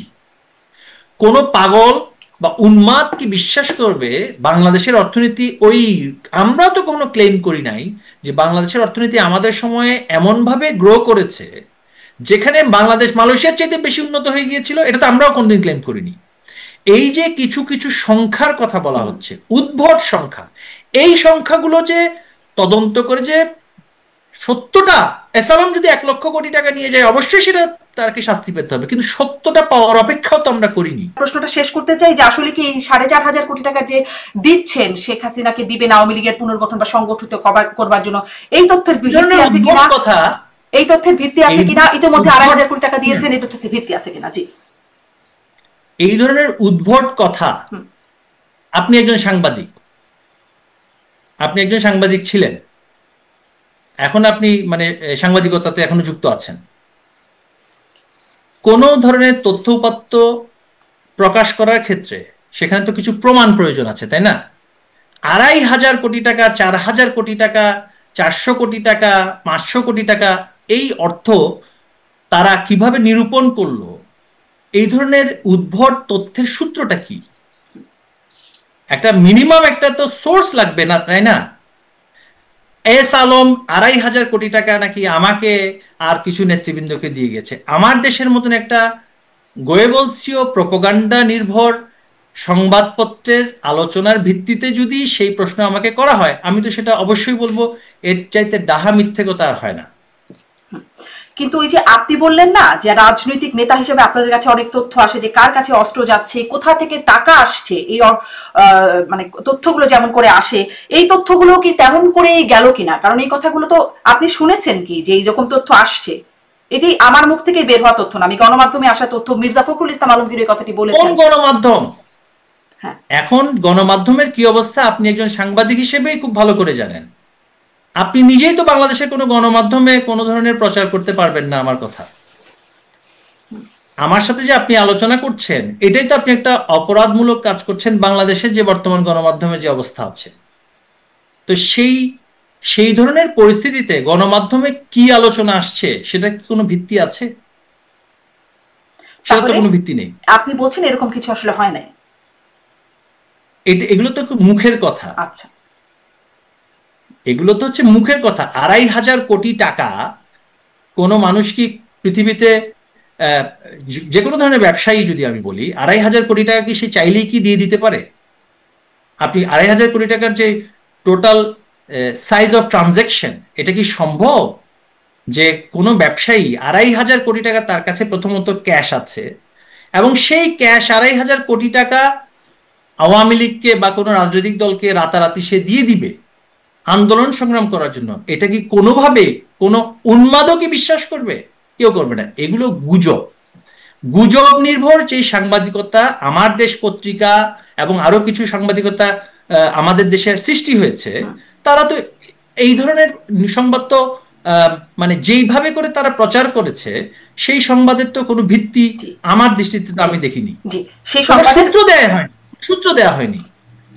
জি, সেই সংবাদের ভিত্তি নাই। কিন্তু আবার ওই যে বলছেন না উন্মাদেও বিশ্বাস করবে, বিশ্বাস করার জন্য আপনাদের সময় প্রচারিত সেই খবর যে এস আলম ১,০০,০০,০০০ টাকার মতো নিয়ে পাচার করে দিচ্ছেন এবং তার বিরুদ্ধে তখন কোনো ব্যবস্থা নেওয়া হচ্ছে না, তখন কোনো অবস্থান নাই, আদালতে ওইটা স্থগিত থাকছে, পরে হবে, এরকম একটা ব্যাপার হচ্ছে। তখন তো একটা বিশ্বাসযোগ্যতা আছে যে আওয়ামী লীগের সময় টাকা নিয়ে গেছে, অতএব সেই টাকা থেকে এখন আওয়ামী লীগে ইনভেস্ট করা হচ্ছে। উন্মাদকে এভাবে বিশ্বাস করতে পারে না যে বিষয়ের মধ্যে যোগসূত্র থাকতেও পারে, কারণ আমাদের কাছে আসলে তথ্য নাই। ১,০০,০০,০০০ টাকা, ১,০০,০০,০০০ টাকা কি কোনো হাতের মোয়া? ১,০০,০০,০০০ টাকার অ্যামাউন্ট আপনি বোঝেন? বাংলাদেশের বাজেটের ৭ ভাগের ১ ভাগ, ৭.৫ লাখ কোটি টাকা হচ্ছে আমাদের বাজেট। কোনো ব্যবসায়ী না, শুধু রাষ্ট্রের পক্ষেও তো ১,০০,০০,০০০ টাকা নিয়ে যাওয়া, হজম করা, খরচ করা, বিনিয়োগ করাটাও খুব কঠিন। আমাদের পরিচালনাগত ব্যয় হচ্ছে ৩,০০,০০,০০০ টাকা বা ৪,০০,০০০ টাকার মতো। সেখানে ১,০০,০০,০০০ টাকা একজন ব্যবসায়ী নিয়ে গিয়েছে, এই সমস্ত উদ্ভট কথা আমি কাউকে ডিফেন্ড করছি না। ১,০০,০০,০০০ টাকা কেন?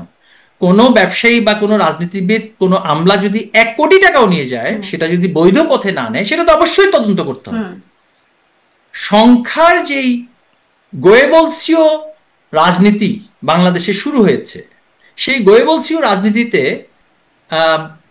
এরা কত সিদ্ধহস্ত সেটা আমরা ৫ই আগস্টের আগে এবং ৫ই আগস্টের পরেও দেখেছি। এই যে ইউনূস সরকার, সে, আমি আবারও বলছি, যে হাজার হাজার বিলিয়ন ডলার এমনভাবে সে বলছে, আপনারা তাকে প্রশ্ন করুন, তিনি যে ২৫% শেয়ার হোল্ডার অফ জিপি, সেটার যে ডিভিডেন্ড তিনি বছর বছর পেয়েছেন, সেই ডিভিডেন্ডের যে অ্যাডভান্স ইনকাম ট্যাক্স হয়েছে, সেই অ্যাডভান্স ইনকাম ট্যাক্স কেন তিনি মওকুফের জন্য চেষ্টা করেছেন? তিনি কেন, যেটা যে কোনো ব্যবসায়ী বাংলাদেশে যখন তিনি ডিভিডেন্ড পাবেন, তার 10% অ্যাডভান্স ইনকাম ট্যাক্স কেটে রাখতে হয়, তারপরে তাকে আবার ইনকাম ট্যাক্স দিতে হয় যদি সেখানে তার ইনকাম ট্যাক্সের সেই দায়টা আসে। ইউনূস সাহেব কেন সেখানে ৬৫০ কোটি টাকার এক্সামশন এত তাড়াতাড়ি নিয়ে নিলেন? বাংলাদেশে আর কোন ব্যবসায়ী সেটা পেয়েছে বলুন? নিজের লভ্যাংশ থেকে। এত গ্রস ইরেগুলারিটি করে আসা একটা মানুষ, তার যে ইউনুস সেন্টার আছে তার মাধ্যমে যে ব্যাপক মিথ্যা প্রচারণা করছে এবং তার যে প্রচারক গোষ্ঠীকে সে দেশে বিদেশে কাজে লাগাচ্ছে, তো সেই ক্ষেত্রে তো 1 বিলিয়ন কেন, 222 বিলিয়ন কেন, সে তো কিছুদিন মধ্যে বলবে কয়েক হাজার বিলিয়ন অর্থ বাংলাদেশ থেকে নিয়ে গেছে, তাই না? তো এই সমস্ত উদ্ভট কথা মানুষ আর বিশ্বাস করে না। মানুষ কিন্তু মানুষ কি তখন বিশ্বাস করে না যখন আসলে ব্যাংকে গিয়ে দেখে, যে ব্যাংকে গিয়ে যখন দেখে টাকা তুলতে পারছে না, তার গচ্ছিত অর্থগুলো তুলতে পারে না, ঋণ খেলাপির পরিমাণ এত বেশি। আমাদের সরকারের সময় কোন ব্যাংক বন্ধ হয়েছে বলুন আপনি? কোন ব্যাংক তার গ্রাহকদেরকে অর্থ দিতে পারেনি? কোন ব্যাংক তার কর্মচারীদেরকে বেতন দিতে পারেনি আমাদের সরকার যতদিন ছিল? ফার্মার্স ব্যাংকে সেখানে লিকুইডিটি ক্রাঞ্চিং হয়েছে ফার্মার্স ব্যাংকে। কিন্তু যে সমস্ত ব্যাংকগুলো নিয়ে আমাদের আলোচনা হয়েছে, বাংলাদেশের কোন ব্যাংকে লিকুইডিটি ক্রাইসিস হয়েছে আপনি দেখান। আপনি তো বাংলাদেশে 5ই আগস্টের আগে ছিলেন, কোথায় আপনি শুনেছেন বাংলাদেশে আমাদের সরকারের দেয়া লাইসেন্সপ্রাপ্ত ব্যাংক বা বিএনপি বা তাদের সরকারের সময় দেয়া লাইসেন্সপ্রাপ্ত ব্যাংক, এবি ব্যাংক যদি আমি বলি, মোর্শেদ খান সাহেব সেটার মালিক ছিলেন, সেটাও এক সময় প্রবলেম ব্যাংক হিসেবে দেখা হয়েছিল, কিন্তু সেটাও তো বন্ধ হয়নি। মেঘনা ব্যাংক বলি, এই যে আপনার এখানে যিনি শো করতে আসেন প্রায় সময়, যে আমাদের যে রাশেক রহমান সাহেব, তারা তো মেঘনা ব্যাংকের উদ্যোক্তা। মেঘনা ব্যাংকের উদ্যোক্তা, তার বাবা মেঘনা ব্যাংকের উদ্যোক্তা, তিনি মেঘনা ব্যাংকের বোধহয় পরিচালক। হ্যাঁ, এটাও প্রবলেম ব্যাংক হিসেবে একটা পর্যায়ে বলা হয়েছিল, কিন্তু সেটাও তো বন্ধ হয়নি। একজন কর্মচারীর বেতন তো 1 মাসও আটকায়নি। তো এটা আপনি কোন যুক্তিতে বলছেন যে ব্যাংকগুলো খালি হয়ে গিয়েছে? এই সরকার আসার পরে 5 তারিখের পর থেকে দেখা গিয়েছে liquidity crisis. Why? Because monetary policy failure. Bangladesh Bank সিদ্ধান্ত নিল তারা আর কোনো ব্যাংকে লিকুইডিটি সাপ্লাই দেবে না, কোনো ব্যাংকে লিকুইডিটি সাপ্লাই দিবে না। তো সেই ক্ষেত্রে যখন সেন্ট্রাল ব্যাংক সিদ্ধান্ত নেয় যে লিকুইডিটি আমি কোনো ব্যাংকে দেব না, সেই ক্ষেত্রে কেন আমি ব্যাংকগুলো কিভাবে মানুষ গ্রাহককে পয়সা দেবে? ব্যাংকগুলো তো তখন লিকুইডিটি ক্রাইসিসে পড়েছে। এবং আমাদের বহু রাজনীতিবিদ এবং ব্যবসায়ী, তাদের সকল ব্যবসা প্রতিষ্ঠান বন্ধ করে দেওয়া হয়েছে।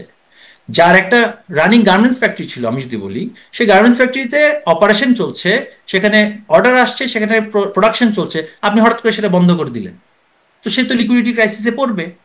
তো ব্যাংকের তা যে দেনা, সেটা তো সে দিতে পারছে না। এই যে একটা মেজর ইকোনমিক মিসম্যানেজমেন্ট, অর্থনীতিকে একেবারে ধ্বংস করে দেওয়ার যে একটা মিসম্যানেজমেন্ট, এই যে আহসান মনসুর বাংলাদেশ ব্যাংকের গভর্নর, আহসান মনসুর দায়িত্ব নিলেন বাংলাদেশ ব্যাংকের গভর্নর হিসেবে।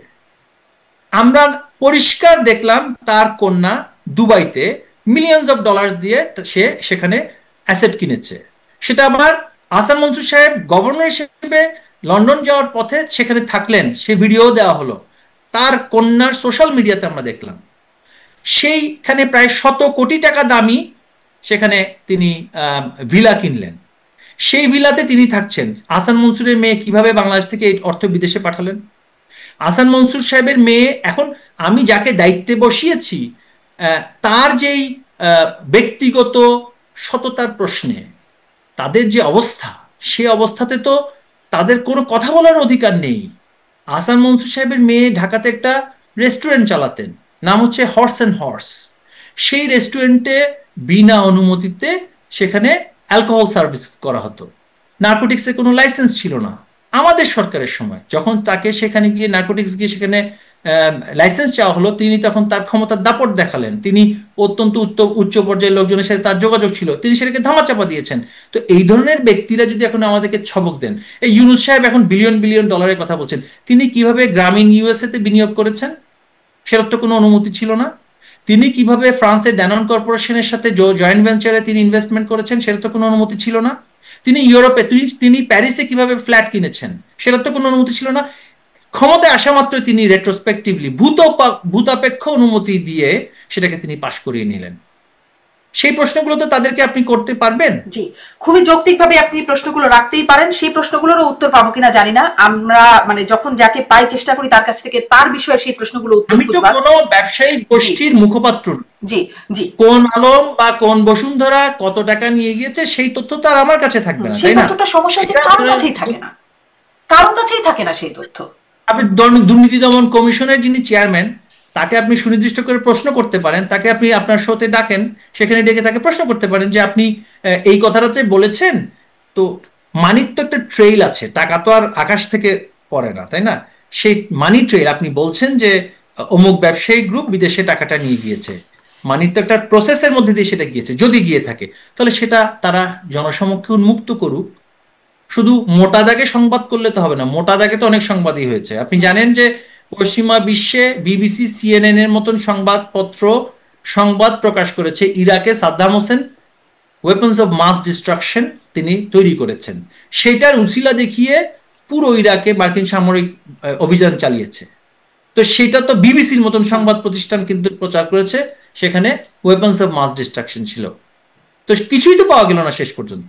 সংবাদের ভিত্তিতে যদি সেটা নিরূপণ করতে দেওয়ার কোনো অধিকার না হয়, এখন আমার বিরুদ্ধে আপনি একটা সংবাদ প্রচার করে দিলেন, আমাকে তো সেটার কোনো আপনি সুযোগই দিচ্ছেন না আমি সেটা একটা এক্সপ্লেনেশন দেওয়ার জন্য। আপনি আমার বিরুদ্ধে যেটা অ্যালিগেশন আমি দেখেছি যে 42টা অ্যাকাউন্টে 141 কোটি টাকা নাকি লেনদেন পাওয়া গিয়েছে।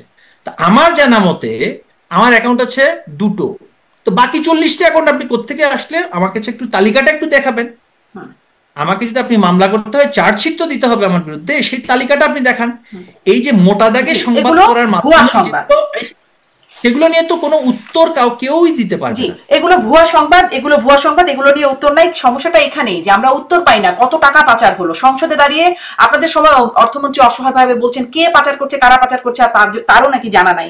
মানে যদি এই সংখ্যাটা না পাওয়া যায় তাহলে তো এরকম 1 লাখ কোটি টাকা কেন, আরো 100 লাখ কোটি টাকা বললেও একটা মানুষের মধ্যে ধারণা তৈরি হবে। সরকারের তো একটা দায়িত্ব আছে এখানে না, যে বিষয়গুলো নিয়ে একটা স্পষ্ট অবস্থান করা। এই 1 লাখ কোটি টাকা পাচার হয়েছে একটু কথা হয় না, অনেক কথা হয়েছে। আপনারা তো কখনো সেটা নিয়ে কোন রকম জায়গায় মানুষকে স্পষ্ট করলেন না। দায়িত্বশীল সংস্থাগুলো ছিল সরকারের, করলো না তো এই বিষয়গুলো, বা গণমাধ্যমের বিরুদ্ধে তো ব্যবস্থা নেওয়া হলো না। তাহলে ধরে নিতে হবে আদৌ কি 1 লাখ কোটি টাকা পাচার হয়েছে কিনা। বাংলাদেশ থেকে টাকা পাচার হওয়া, বাংলাদেশে আবার টাকা বিনিয়োগ হওয়া, এটা একটা অনগোয়িং প্রসেস। এটাও আলোচনা আছে যে এই যেই ব্যবসায়ী গ্রুপের বিষয়ে আলোচনা বলা হচ্ছে, তারা কিন্তু আবার চাইনিজ একটা কোম্পানি সেপকোর মাধ্যমে এসএস পাওয়ার প্ল্যান্ট নামক একটি বিদ্যুৎ কেন্দ্র স্থাপন করেছে, প্রায় 1500 মেগাওয়াটের, এবং সেখানে আবার অফিসিয়ালি প্রায় $1 বিলিয়ন মতন সেখানে বিনিয়োগ এসছে। তো এখন যদি বলা হয়ে থাকে সেই বিনিয়োগটা তো কাগজে কলমে এসছে, তাই না? সেটা তো বাংলাদেশে ব্যাংকের মাধ্যমে ফরেন কারেন্সি আপনার যে হার্ড ফরেন কারেন্সি সেটা বাংলাদেশে বিনিয়োগ হিসেবে ঢুকেছে। সেই বিনিয়োগ যদি আমাদের বাংলাদেশে এসে থাকে, সেই বিনিয়োগের আগে যদি সে কোনো টাকা কোনভাবে কিভাবে নিয়েছে সেটাও তো আমাকে দেখাতে হবে। একদিক থেকে সে দেখাচ্ছে সে সেপকোর মাধ্যমে পাওয়ার প্ল্যান্টে বিনিয়োগ এনেছে এবং নিজের বিনিয়োগও করেছে, আর একদিক থেকে পত্রিকাতে সংবাদ আসছে সে অর্থ নিয়ে গিয়েছে। একটা হচ্ছে এভিডেন্স আকারে সে দেখাচ্ছে যে there is a tangible power plant 1500 মেগাওয়াটের, সেই ট্যাঞ্জিবল পাওয়ার প্ল্যান্টে সেপকো এবং এসালম গ্রুপ মিলে এত $1 মিলিয়ন বা $1 বিলিয়ন সেখানে বিনিয়োগ করেছে। It is fact, it's a fact. কিন্তু যেটা আমরা শুনছি পত্রপত্রিকার মাধ্যমে যে এত টাকা পাচার হয়ে গিয়েছে, শুধু একটি গ্রুপ নয়, আরো অনেক গ্রুপের ব্যাপারে বলা হচ্ছে। তো এই যে আমি মনে করি প্রত্যেকটা গ্রুপ যদি 1 কোটি টাকা না 1 লক্ষ টাকা, সেটা মানি লন্ডারিং এর মধ্যে পড়বে। কিন্তু পাশাপাশি এটাও আমাদের মনে রাখতে হবে, বাংলাদেশে নয়, ক্যাপিটাল ফ্লাইট পৃথিবীর ডেভেলপিং দেশগুলোতে অনেক আগে থেকে হয়ে আসছে। সরকারগুলো ক্যাপিটাল ফ্লাইট ম্যানেজ করে কিভাবে? তারা বিনিয়োগের জন্য ব্যবসায়ীদেরকে আবারও সুবিধা দেয় যে আপনি ক্যাপিটালটা ফ্লাইট না করে, ক্যাপিটাল আপনারই তো ক্যাপিটাল, সেটাকে আপনি না নিয়ে গিয়ে আবারও দেশে বিনিয়োগ করুন। বিনিয়োগের যে পরিবেশ সেটা যদি যথাযথ পরিমাণে থাকে তাহলে ক্যাপিটাল ফ্লাইটটা কমে।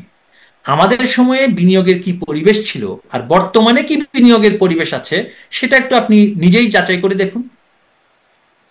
জি, বর্তমানে বিনিয়োগ আসছে না, এই বিষয়টিও মানে এই বিষয়টিও আমরা স্পষ্ট হই যে বিশেষ করে রাজনৈতিক অস্থিরতার কথা বলা হয় যে এই কারণে বর্তমানে বিনিয়োগ একদমই শূন্যের কোটায় চলে আসছে। একটা বিষয় একটু বলতে চাই, তারপরে যদি আপনার কোনো ব্যাখ্যা থাকে আমি শেষ করবো, যে এসআরএমের মালিকানাধীন যে ব্যাংকগুলো ছিল সেই ব্যাংকগুলোই আসলে এখন বিশেষ খারাপ অবস্থায় আছে। সেগুলোকেই বিশেষ ঝুঁকিপূর্ণ, মানে কতগুলো ব্যাংকের তালিকা করা হচ্ছে, 5টি 12টি অতি ঝুঁকিপূর্ণ এরকম, বা দেউলিয়া হবার পথে এরকম ভাবে ক্যাটাগরাইজ করা হচ্ছে। তার মালিকানাধীন ব্যাংকগুলোই বিশেষ করে সবগুলো ব্যাংকেরই অবস্থা খারাপ হয়ে গেল কেন? সেটি কি কোনো ব্যাখ্যা আপনাদের সরকারের সময় পেয়েছিলেন? না, অনেকে তো বলেন যে ইসলামী ব্যাংকও নাকি তার মালিকানাধীন ছিল। আমি ঠিক তার কর্পোরেট যে স্ট্রাকচার বা মালিকানার ব্যাপারে তো আমি তো অর্থ মন্ত্রণালয়েও ছিলাম না, বা আমি মানে এস আলমের মুখপাত্রও নেই, সেক্ষেত্রে আমার তো